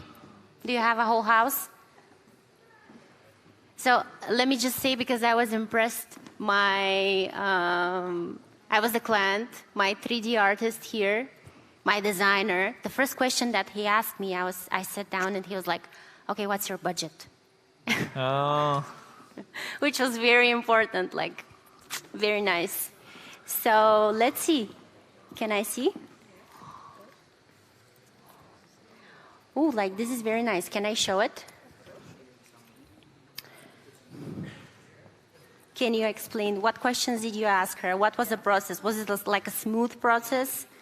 Yeah. Did you know exactly what you want? Have you been planning it? The first start. If the client knows what she wants, and I have Yeah. plan. Yep. Thank you very much. I was just about to ask you. I've asked the style, how that's many nice house. floors, the location, where. What is the location? Near the city. Yeah. And the roof, the colors, the materials of the house. You even have columns. Oh, that's very good. I see columns. Yeah. That's very nice. And For 40 minutes. yeah. And the pool, if she wants the swimming pool, and the garden, yeah, the place for the car. But you thought about everything, which is very nice, by the way. Thanks. So that's the thing. When you have like a limited time, you know just what to ask. Like I have 40 minutes. Okay, I'm gonna ask the most important question, like windows, doors, roof, hedges, pool. That's it. Yes or no? Tell me. So anybody else want to share somebody else's house? Whoop, I see here something very nice. Here you go. So my client, he didn't want to deviate from the surrounding houses, and he wanted to follow the same roof pattern. Oh wow, we have a whole album here. Yeah. Very nice. So he wanted overlooking balconies to the lawn, and then a elaborate garage and nice lobby. So you know what you wanted as well. You were not hesitated. Do you have any comments for him? Like, And he do you didn't not like something? And he didn't have a budget, so He didn't have a budget? yeah.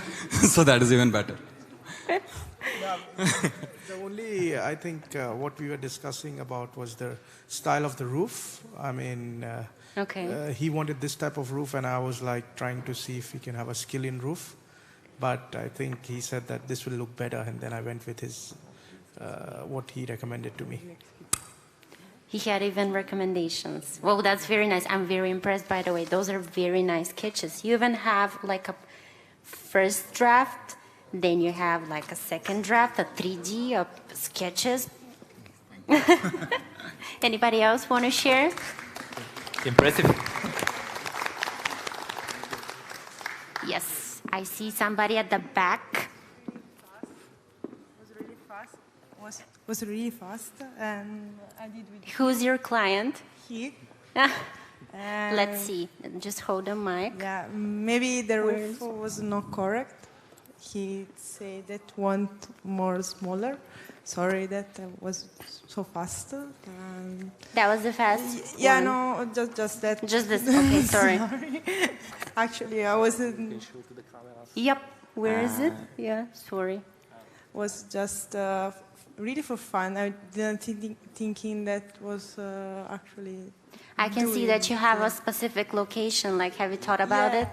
Yeah, he asked for a house really near to the sea, so I was thinking to sketching from the sea and see the living room because he wants a big living room under. And how about do you don't like something? No. No? Well, you're a very good client, like very easygoing. Yeah. That's very nice. Thank you. Okay, last call. Anybody want to share? Okay. Ivan and Hristo, you can share as well. Oh, here? Okay, very nice. I'm going to give you the mic. Who is talking? To explain, yeah. Designer or client? Designer or client? I don't know, whoever wants to explain. Okay. So, yeah, where exactly? No, this way. Yeah. I don't know. Yeah, closer. So my client asked me for not an oversized house, but a pretty big one. She liked the modern design. She liked having a facade with paint, wood, and concrete. So I have done the concrete on the pavement of the terraces she asked me for. She asked for mixed roof and like one normal roof and terraces. So yeah, then she asked for a swimming pool. There is a flamingo in it, as you can see. It was very important. Flamingo is very important. She asked for a grill place with a table and something for laying. So I have kind of a bed for exteriors on the terrace. And what about, do you don't like something? Everything? Well, you're very easygoing, guys. Not a problematic client But at I have all. to say that we were at 5 questions, and it was really already enough for having a very good concept. And then with 10 questions, we got into detail. That's very nice. And she asked me for covering the front part of the house. Like she liked privacy, so I put a lot of trees because she liked privacy, but covered with vegetation. So it's surrounded by trees and yeah, that's it. Well, you have a very good concept now. You can go straight to a architect and you can get it done in the 3D artist, of course. Okay, anything else? No, well, that was all. Okay, thank you very much. You're very nice. And I want to see Ivan and Hristo. Because I heard Hristo is not a very good client. Like, he's from the annoying ones. So let's hear from him. I'm actually happy. I cannot believe it. We actually made a nice view. Yeah, so good job. Yeah, thank you. You're The whole experience, the whole thing that we made here was to show you that no matter what is going on, it's always important to have a collaborative experience between the two sides. No matter the comments are, or what we do and what we don't do. It's always important to do it together. Okay, and was it 40 minutes? Was it enough for you guys? Yeah, I think. Yeah, it was. What about you guys? Was 40 minutes enough for you? Too much? For some, yeah. Okay, Some that's are nice. fast sketchers. Yeah. But yeah, I also had a positive experience. You were very precise in your directions, which helped me a lot. And I didn't go back and forth with that much things. So yeah, O&O, collaborative processing, question and answer, work with clients very well. But it looks like it's 100% ready. It looks like it's 100% ready, like it's very nice. You knew what you wanted, I'm guessing. I was just improvising, yeah. But yeah. At the end, it's actually a nice view. Yeah. Yeah. So thank you guys. Thank you very much. Thank you as well.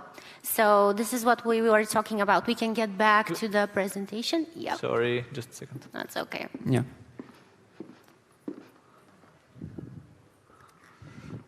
This is what we were talking about the white box and how we all start from a white box, whether it is a white paper, which is blank, or whether it is a white box sent from the client. So most important for me, as I found, and not only for me, but I learned this from my colleagues a lot, to fail early and test often. So test as much as you can so you can fail early in time and correct your mistakes on time. So this means for the 40 minutes you got, you probably, if you couldn't get the result for your client, if he was like, no, but I'm guessing this didn't happen because you were all guys very happy right now. But let's say some of you didn't want this window. So just test as much as you want so you can fail early. That's it. That's the best advice that I have ever been given from somebody. And other thing that we did actually with my architect here, my designer, and I think all you guys did it as well, is just throw ideas. Like say, no, I don't want this, I want this. No, but have you seen this? I want this to be like this. Just constantly talk about it. Doesn't matter if it's on the phone or it's via email or whatever. Just talk about it a lot. And other very, very important thing, which I don't think we had time to do it right now in this exercise, but it's all about the references. So whether you're doing a free task or something for your client, some people don't know how to explain it, or they don't know how to visualize it well. So it's better to just go on some website, Google it or whatever, sketch it, draw it and show it and say, I want it to be like from the house from this movie. Have you seen this movie? Go to this movie and see it. I want it to be like this. Go to some website, show them some kind of wood, show them some kind of house and say, I want my pool to be like this house. This is very important. And yeah, we're gonna show you guys a project that we did. Basically for first, second, and third revision. So this is how it looked on the first revision. It's basically a lot of greenery, white boxes, and a bridge. Actually, this was done by a lot of people, not only one, but you should not be worried to share something unfinished with the client, as the goal is to have their feedback. So it's very important to just throw something at it. Just the first draft should be something really basic, so we can start from somewhere. It doesn't matter if it's all white boxes, just ideas kept going.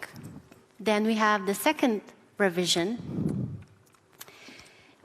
It's all about the details now. So we have our basic objects and we have our basic idea. We're going to move around it and just add additional details, whether it is additional details to the windows, how it's going to be opening, how it's going to be closing.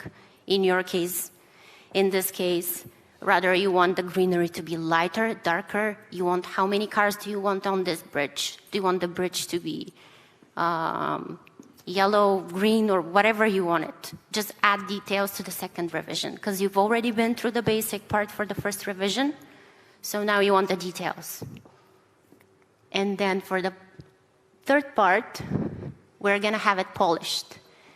So we sort out the basic ones, we sort out the details, and we're going to add some polishment to it, which means we're going to ask more questions, like what do you need more to get it more like prettier, more beautiful for you.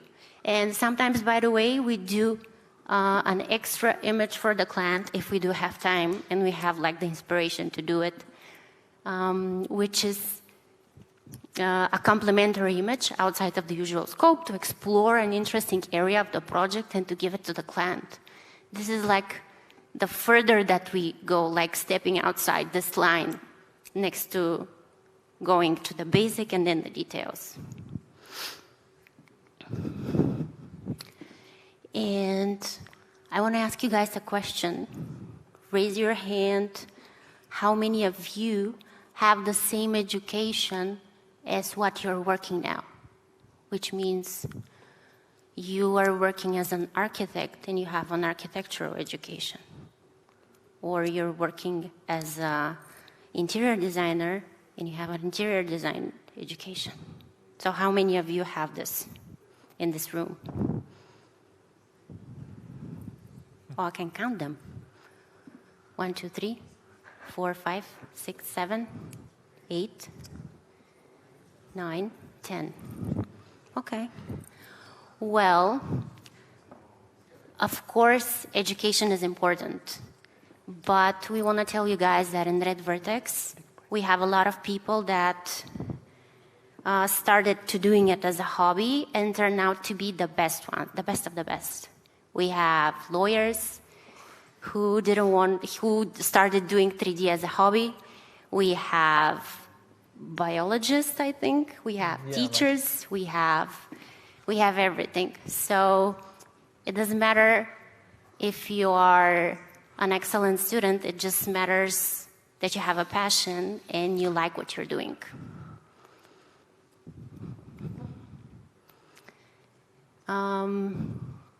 And yeah, this is basically what we talked about receiving feedback, which is very important, about knowing how to receive feedback and how to communicate with the person next to you. In your case, it was your friend or somebody you know or somebody who is in a good mood, as I assume, but sometimes it's not, so you have to know the way. You just have to be calm and know how to get the right feedback.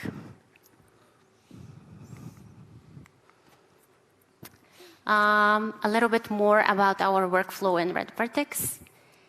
We have 3D artists, we have post-production artists, and we have a team production. So these images, all of them that you have seen, are a collaboration of all teams. So I'm a 3D artist, I do the 3D, and then I'm teaming up with my post-production artist partner. And I go to them, and he's doing only the post-production for me, which is very important because it teaches you how to separate things in layers. It teaches you how to work with different people and how to understand them, understand their process, and work as a team, which is we found it very important. And my colleague Ivan will go on from there.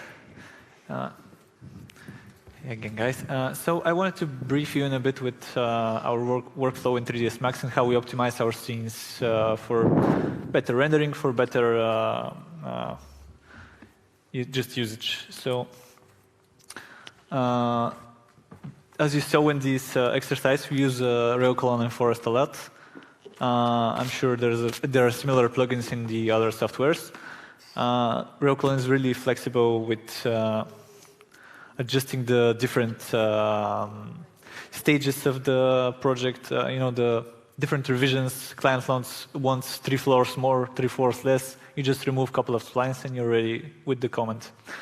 So yeah, these buildings on the here are done mainly with rail clone. They're very repetitive, I know, but it gives us a lot of flexibility. Forest also gives us a lot of flexibility. I'm sure most of you are familiar with Forest Pack, it's right? Yeah, okay. So I don't have to dig in deeper. It's an awesome plugin. The other important thing that we actually talked outside as well is proper layer management. And we have a company rule, a set of layers that we use throughout all the company or all the teams. It's really easy when we're switching scenes between each other, because we have a lot of projects that go through 20, 30 CGIs and 20, 30 scenes that are on the same building or something around the building, and we have to switch up scenes very often. Or someone is on a leaf and you have to fix their scene. And you don't want to see layers like the one here. I don't know, it doesn't read very well, but you see it's just random names, different names. A lot of layers are turned off for some reason. Here it's a better representation of what layers we should do. So yeah, if you have to go out on a leave, on a vacation, and a colleague has your scene, it's way easier for them to manage it.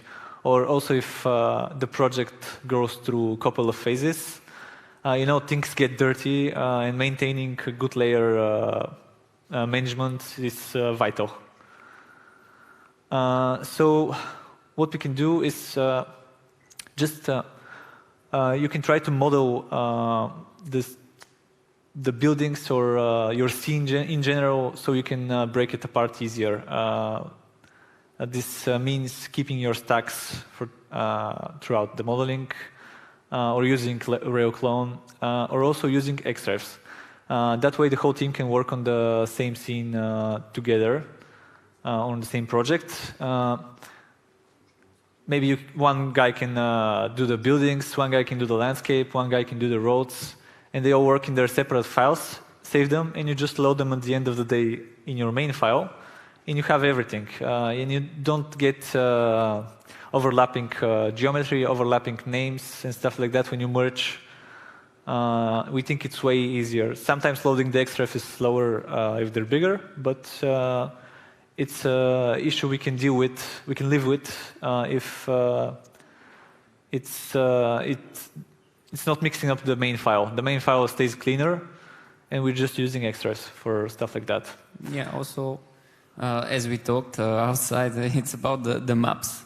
Of course, if it's a bird's eye view for the image, and it's really far, you don't really need 8K resolution maps. Yeah. And what we use is it a script just to resize the maps to smaller pixels? Yeah. For example, we have an aerial view, and the people don't need to be like 4K maps. We resize them 512 pixels, 512 pixels, or 256.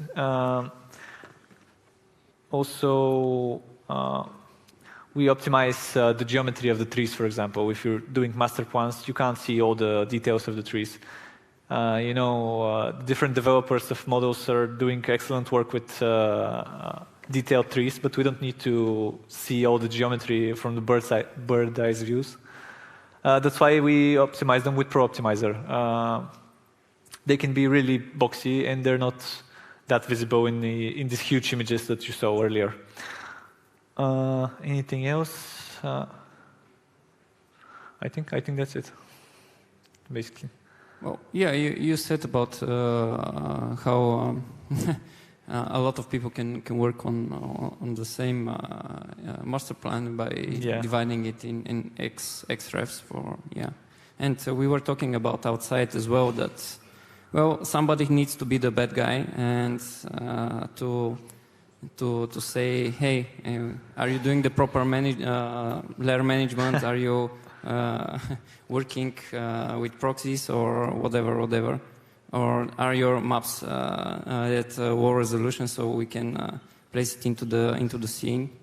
Well, yeah, and there is always one that needs to manage the process, and this is very, very important. For example, we have the layer layout posted for everybody in the company, and everybody needs to use it. If somebody forgets, well, yeah, I have it printed on my computer next to me, so I don't forget to use the proper layers. Well, I still forget. But yeah, because you need it, because the person that needs to get everything together, well, he's the most the guy that just has the most work. Yeah, it's everybody needs to do their job properly for him to actually be able to render the scene. For big master plans, this is very important. This is like you can see that the images that we showed for the bigger master plans, they always need to be properly done. Yeah, you don't want something that you merged right here to give you problems, because it will be way harder to find. And if you're merging from 10 people from your team by the end of the day, you will lose hours over that. And it's important to keep everyone reminded that they need to have proper hygiene of their files, layers. Everything needs to be set through the project folder, the maps, the proxies. It helps a lot. It helps immensely. Yeah, as you said, also if you're on a leave on the next day and somebody needs to do your job, well, it's always better to have the properly named layers and everything in order for the other guy or girl to actually be able to finish your job. But not even on a leave. We had projects that, for example, our team is working, and 3 years later another phase comes in, and another team has to pick up our work, and they're like, okay, what's happening here? Where are the layers like that? Well, yeah, this and you have to explain something 3 years back, and you don't remember it, obviously. We've all done it. But when you are in a situation like this could eat up to 2-3 days of testing out what is going on in the scene, and sometimes you don't have that much time. Yeah, you have like 3 layers turned off. You don't know which ones should be something like that. Specific things in all the scenes. Yeah, or geometry in the 0 layer, or some other layer that is, for example, named random or whatever. Yeah. Okay. So now Hristo will. This is my part. Yeah, he'll tell you more about our workflow with Adobe Photoshop in the post-production phase. Oh, this is not going to be something very technical or something like that. Can you just change them for me, as we can be? Okay. Yeah. Well, we're going to to talk about the same thing that we talked about in the 3D scenes. It's always. Can you switch it? Yeah. It's always better to have the proper names of your layering in Photoshop. This is the first thing. I'm going to even say a story of mine. In the first year that I worked in Redvertex, I didn't like to name my layers, and for the first day it was all good.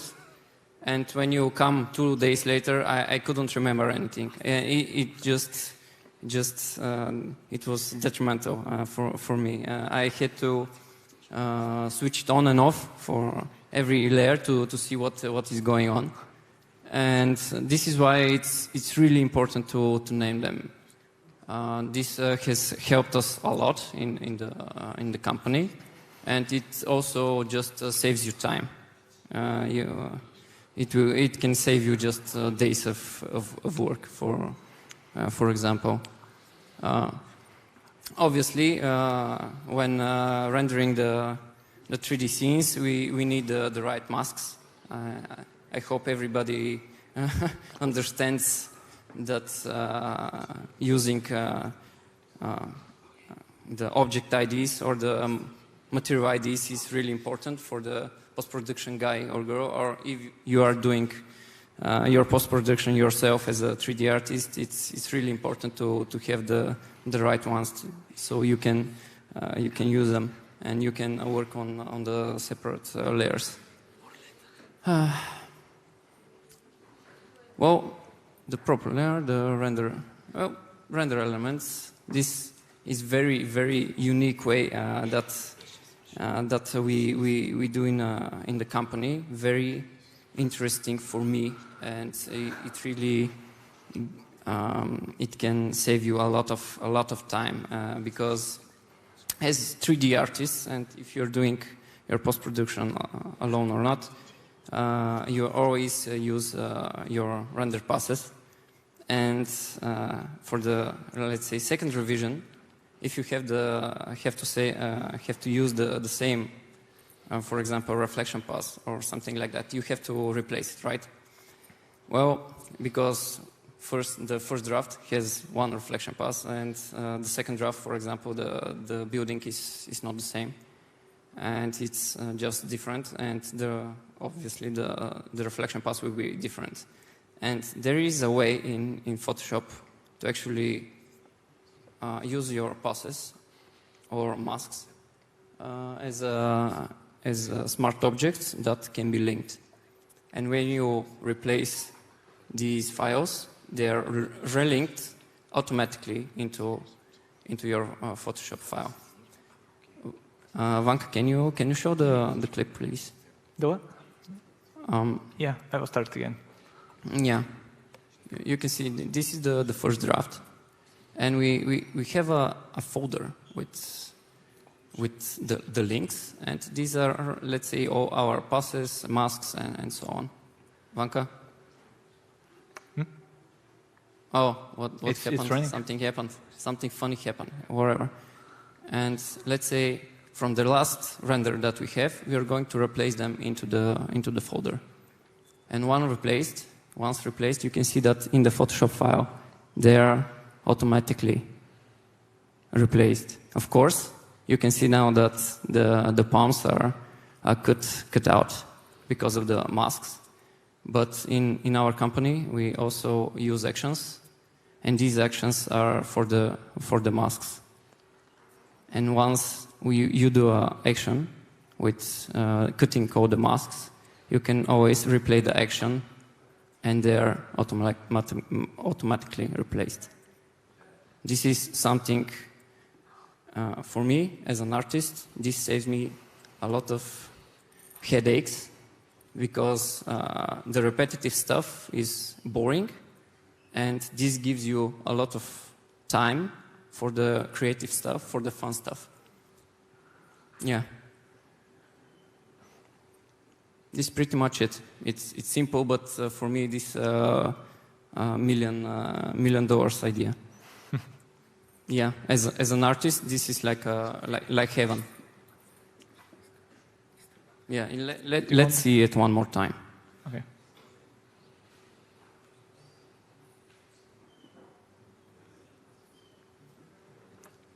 Why? Because I'm going to, let's say I have 7 masks for the wood, for the concrete, for the building, for the trees, whatever.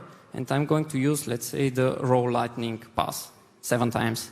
And if I have to replace it 7 times, well, obviously this is going to take half an hour, 1 hour, whatever, because I'm going to use it as with the color dodge, with the soft light, or any other preset, and it's going to use a different % of it, and every time I have to redo and retype the numbers, and these things just makes it automatic. As I said, smart objects with a link. Yeah. Next thing.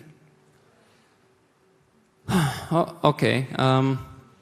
Yeah, I'm going to talk about something that we we started doing in the last couple of years in our company. You know how, as ArcVis people, we start let's say the composition, the image, and you build the 3D. You render the image, and afterwards you just add the people. This is something different that we are trying, and it's about showing an experience and people to be in the spotlight. For example, can you show the next image? Yeah. Well, obviously, to avoid abortive work, we start the communication with the client with sketches. It's something very adaptable, very flexible, and can be done, of course, for less time than a full 3D image. We will start with the sketch, and the client will say, I want this, I want that, or whatever, and we are going to adjust a little bit of the sketch and afterwards go into the 3D. But the important thing is, of course, it's not for every project. Sometimes there are projects that we need to show the architecture as the main guy. But here we are trying to show experiences, and the people, as you can see here, we are also photoshooting the person customly to even enhance more the composition, and to have the right lighting, and to have the right setup for the image. And you can see we are showing, for example, the experience that can be present in the project.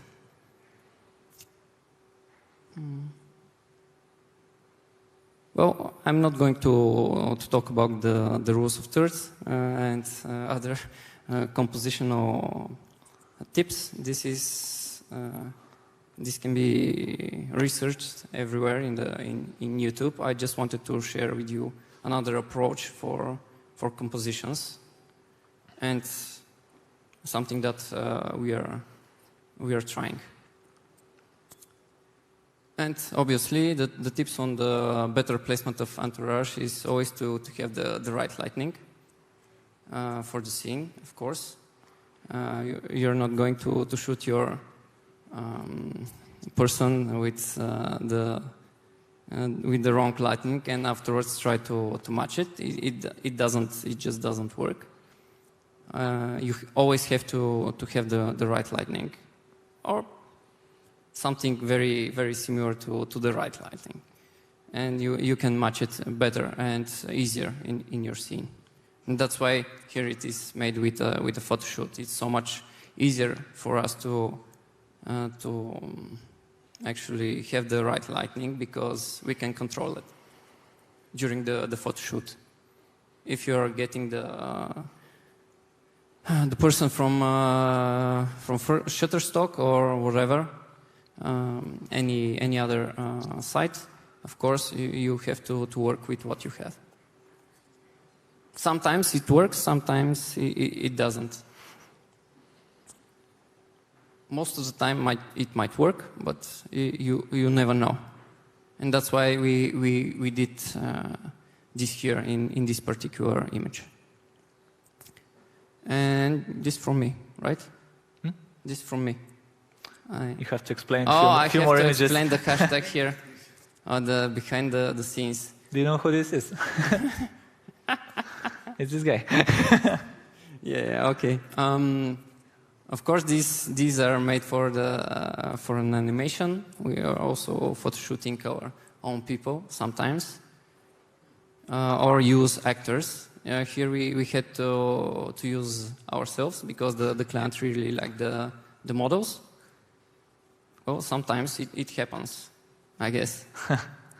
sometimes we use professional actors as well, or models.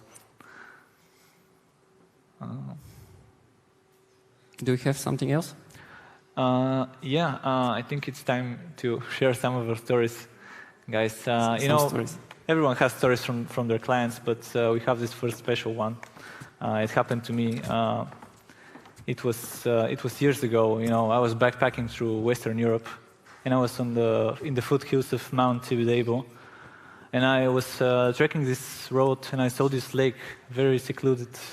Are you referring gorgeous. Friends? That's not the actual story, of course. If reference Friends, are you? Yeah, it's still modern. The kids watch it these days. Well, okay. No. So the actual story. An actual story. Okay, I can share one. And because we were talking about clients, and designs, and so on, I'm going to share an experience I had and something that I learned the hard way. We worked with a client. They were really happy with all the results that we produced. They actually won the competition that they had the design for. We had to design a lot of, not design, let's say fill in the blanks that they didn't have design for. And they were really happy with it. We worked on 10 phases for the project for 1 year, and every time they were really satisfied with everything. And at the end, they really had we built a trust between each other. But at the last phase, we received some information, and I really didn't understand how the project needed to be done. They had let's say half-made design, and they really didn't say anything else. And we had to, let's say, do some work from ourselves. We didn't receive any further information because they trusted us a lot. And actually, it was a complete failure from my side.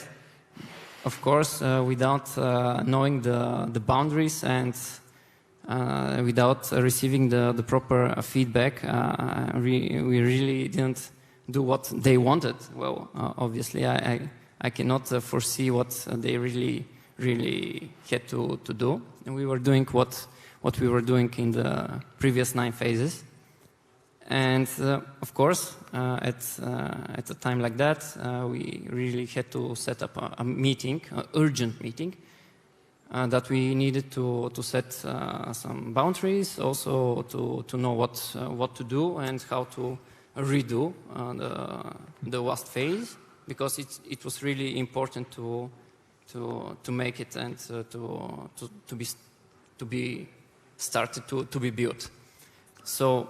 For me, this experience actually really taught me that no matter how much trust there is between clients and artists or designers, whatever, it's always important to collaborate and always to give feedback, no matter.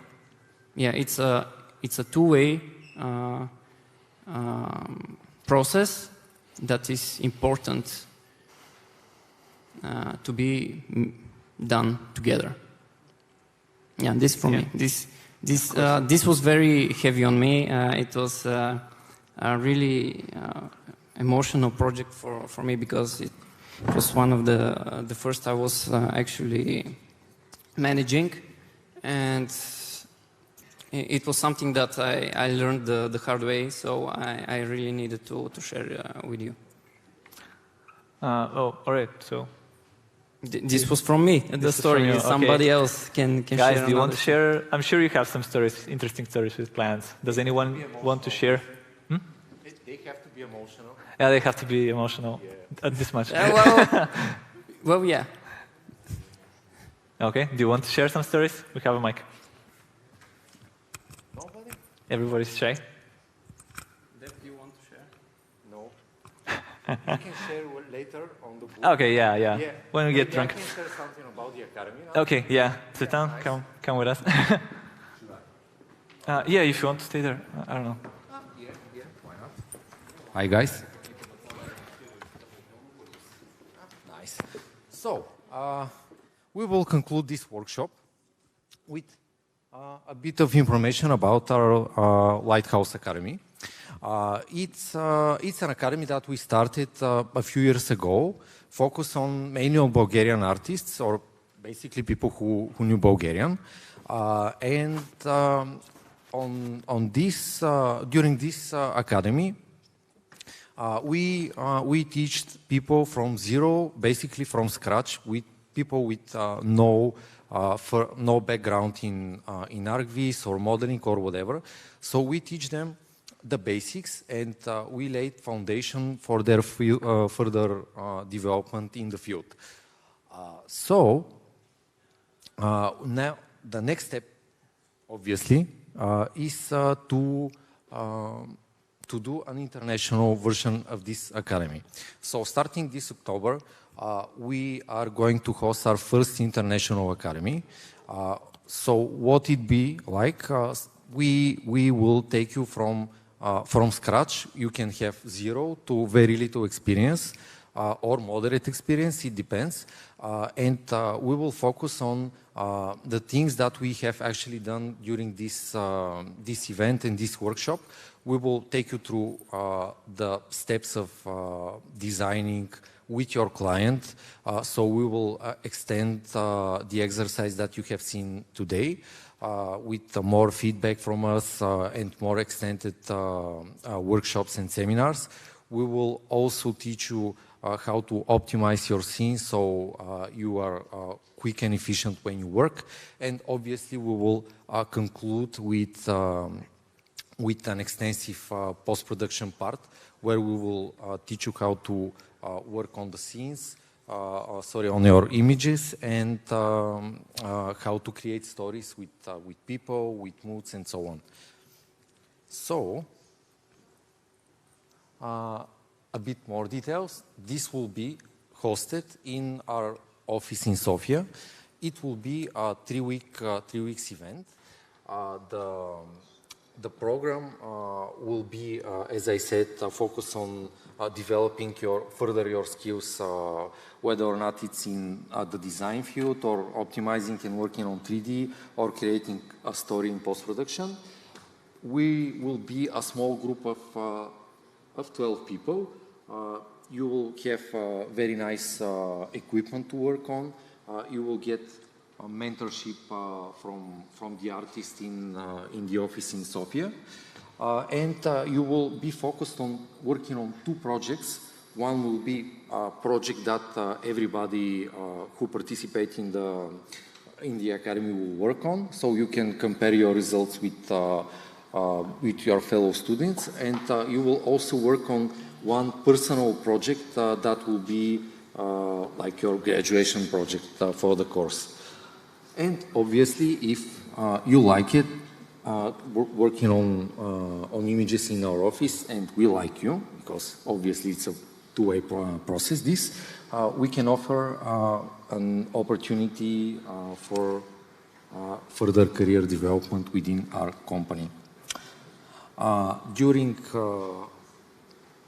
For you to start this course, as I said, you will need some basic knowledge in 3ds Max. No need to know anything about V-Ray. If you're using Corona, we will teach you how to use V-Ray and show you what to use in V-Ray instead of the object that you're using in Corona. So you can get more information on our company or on our Academy website, which is thelighthouse.academy.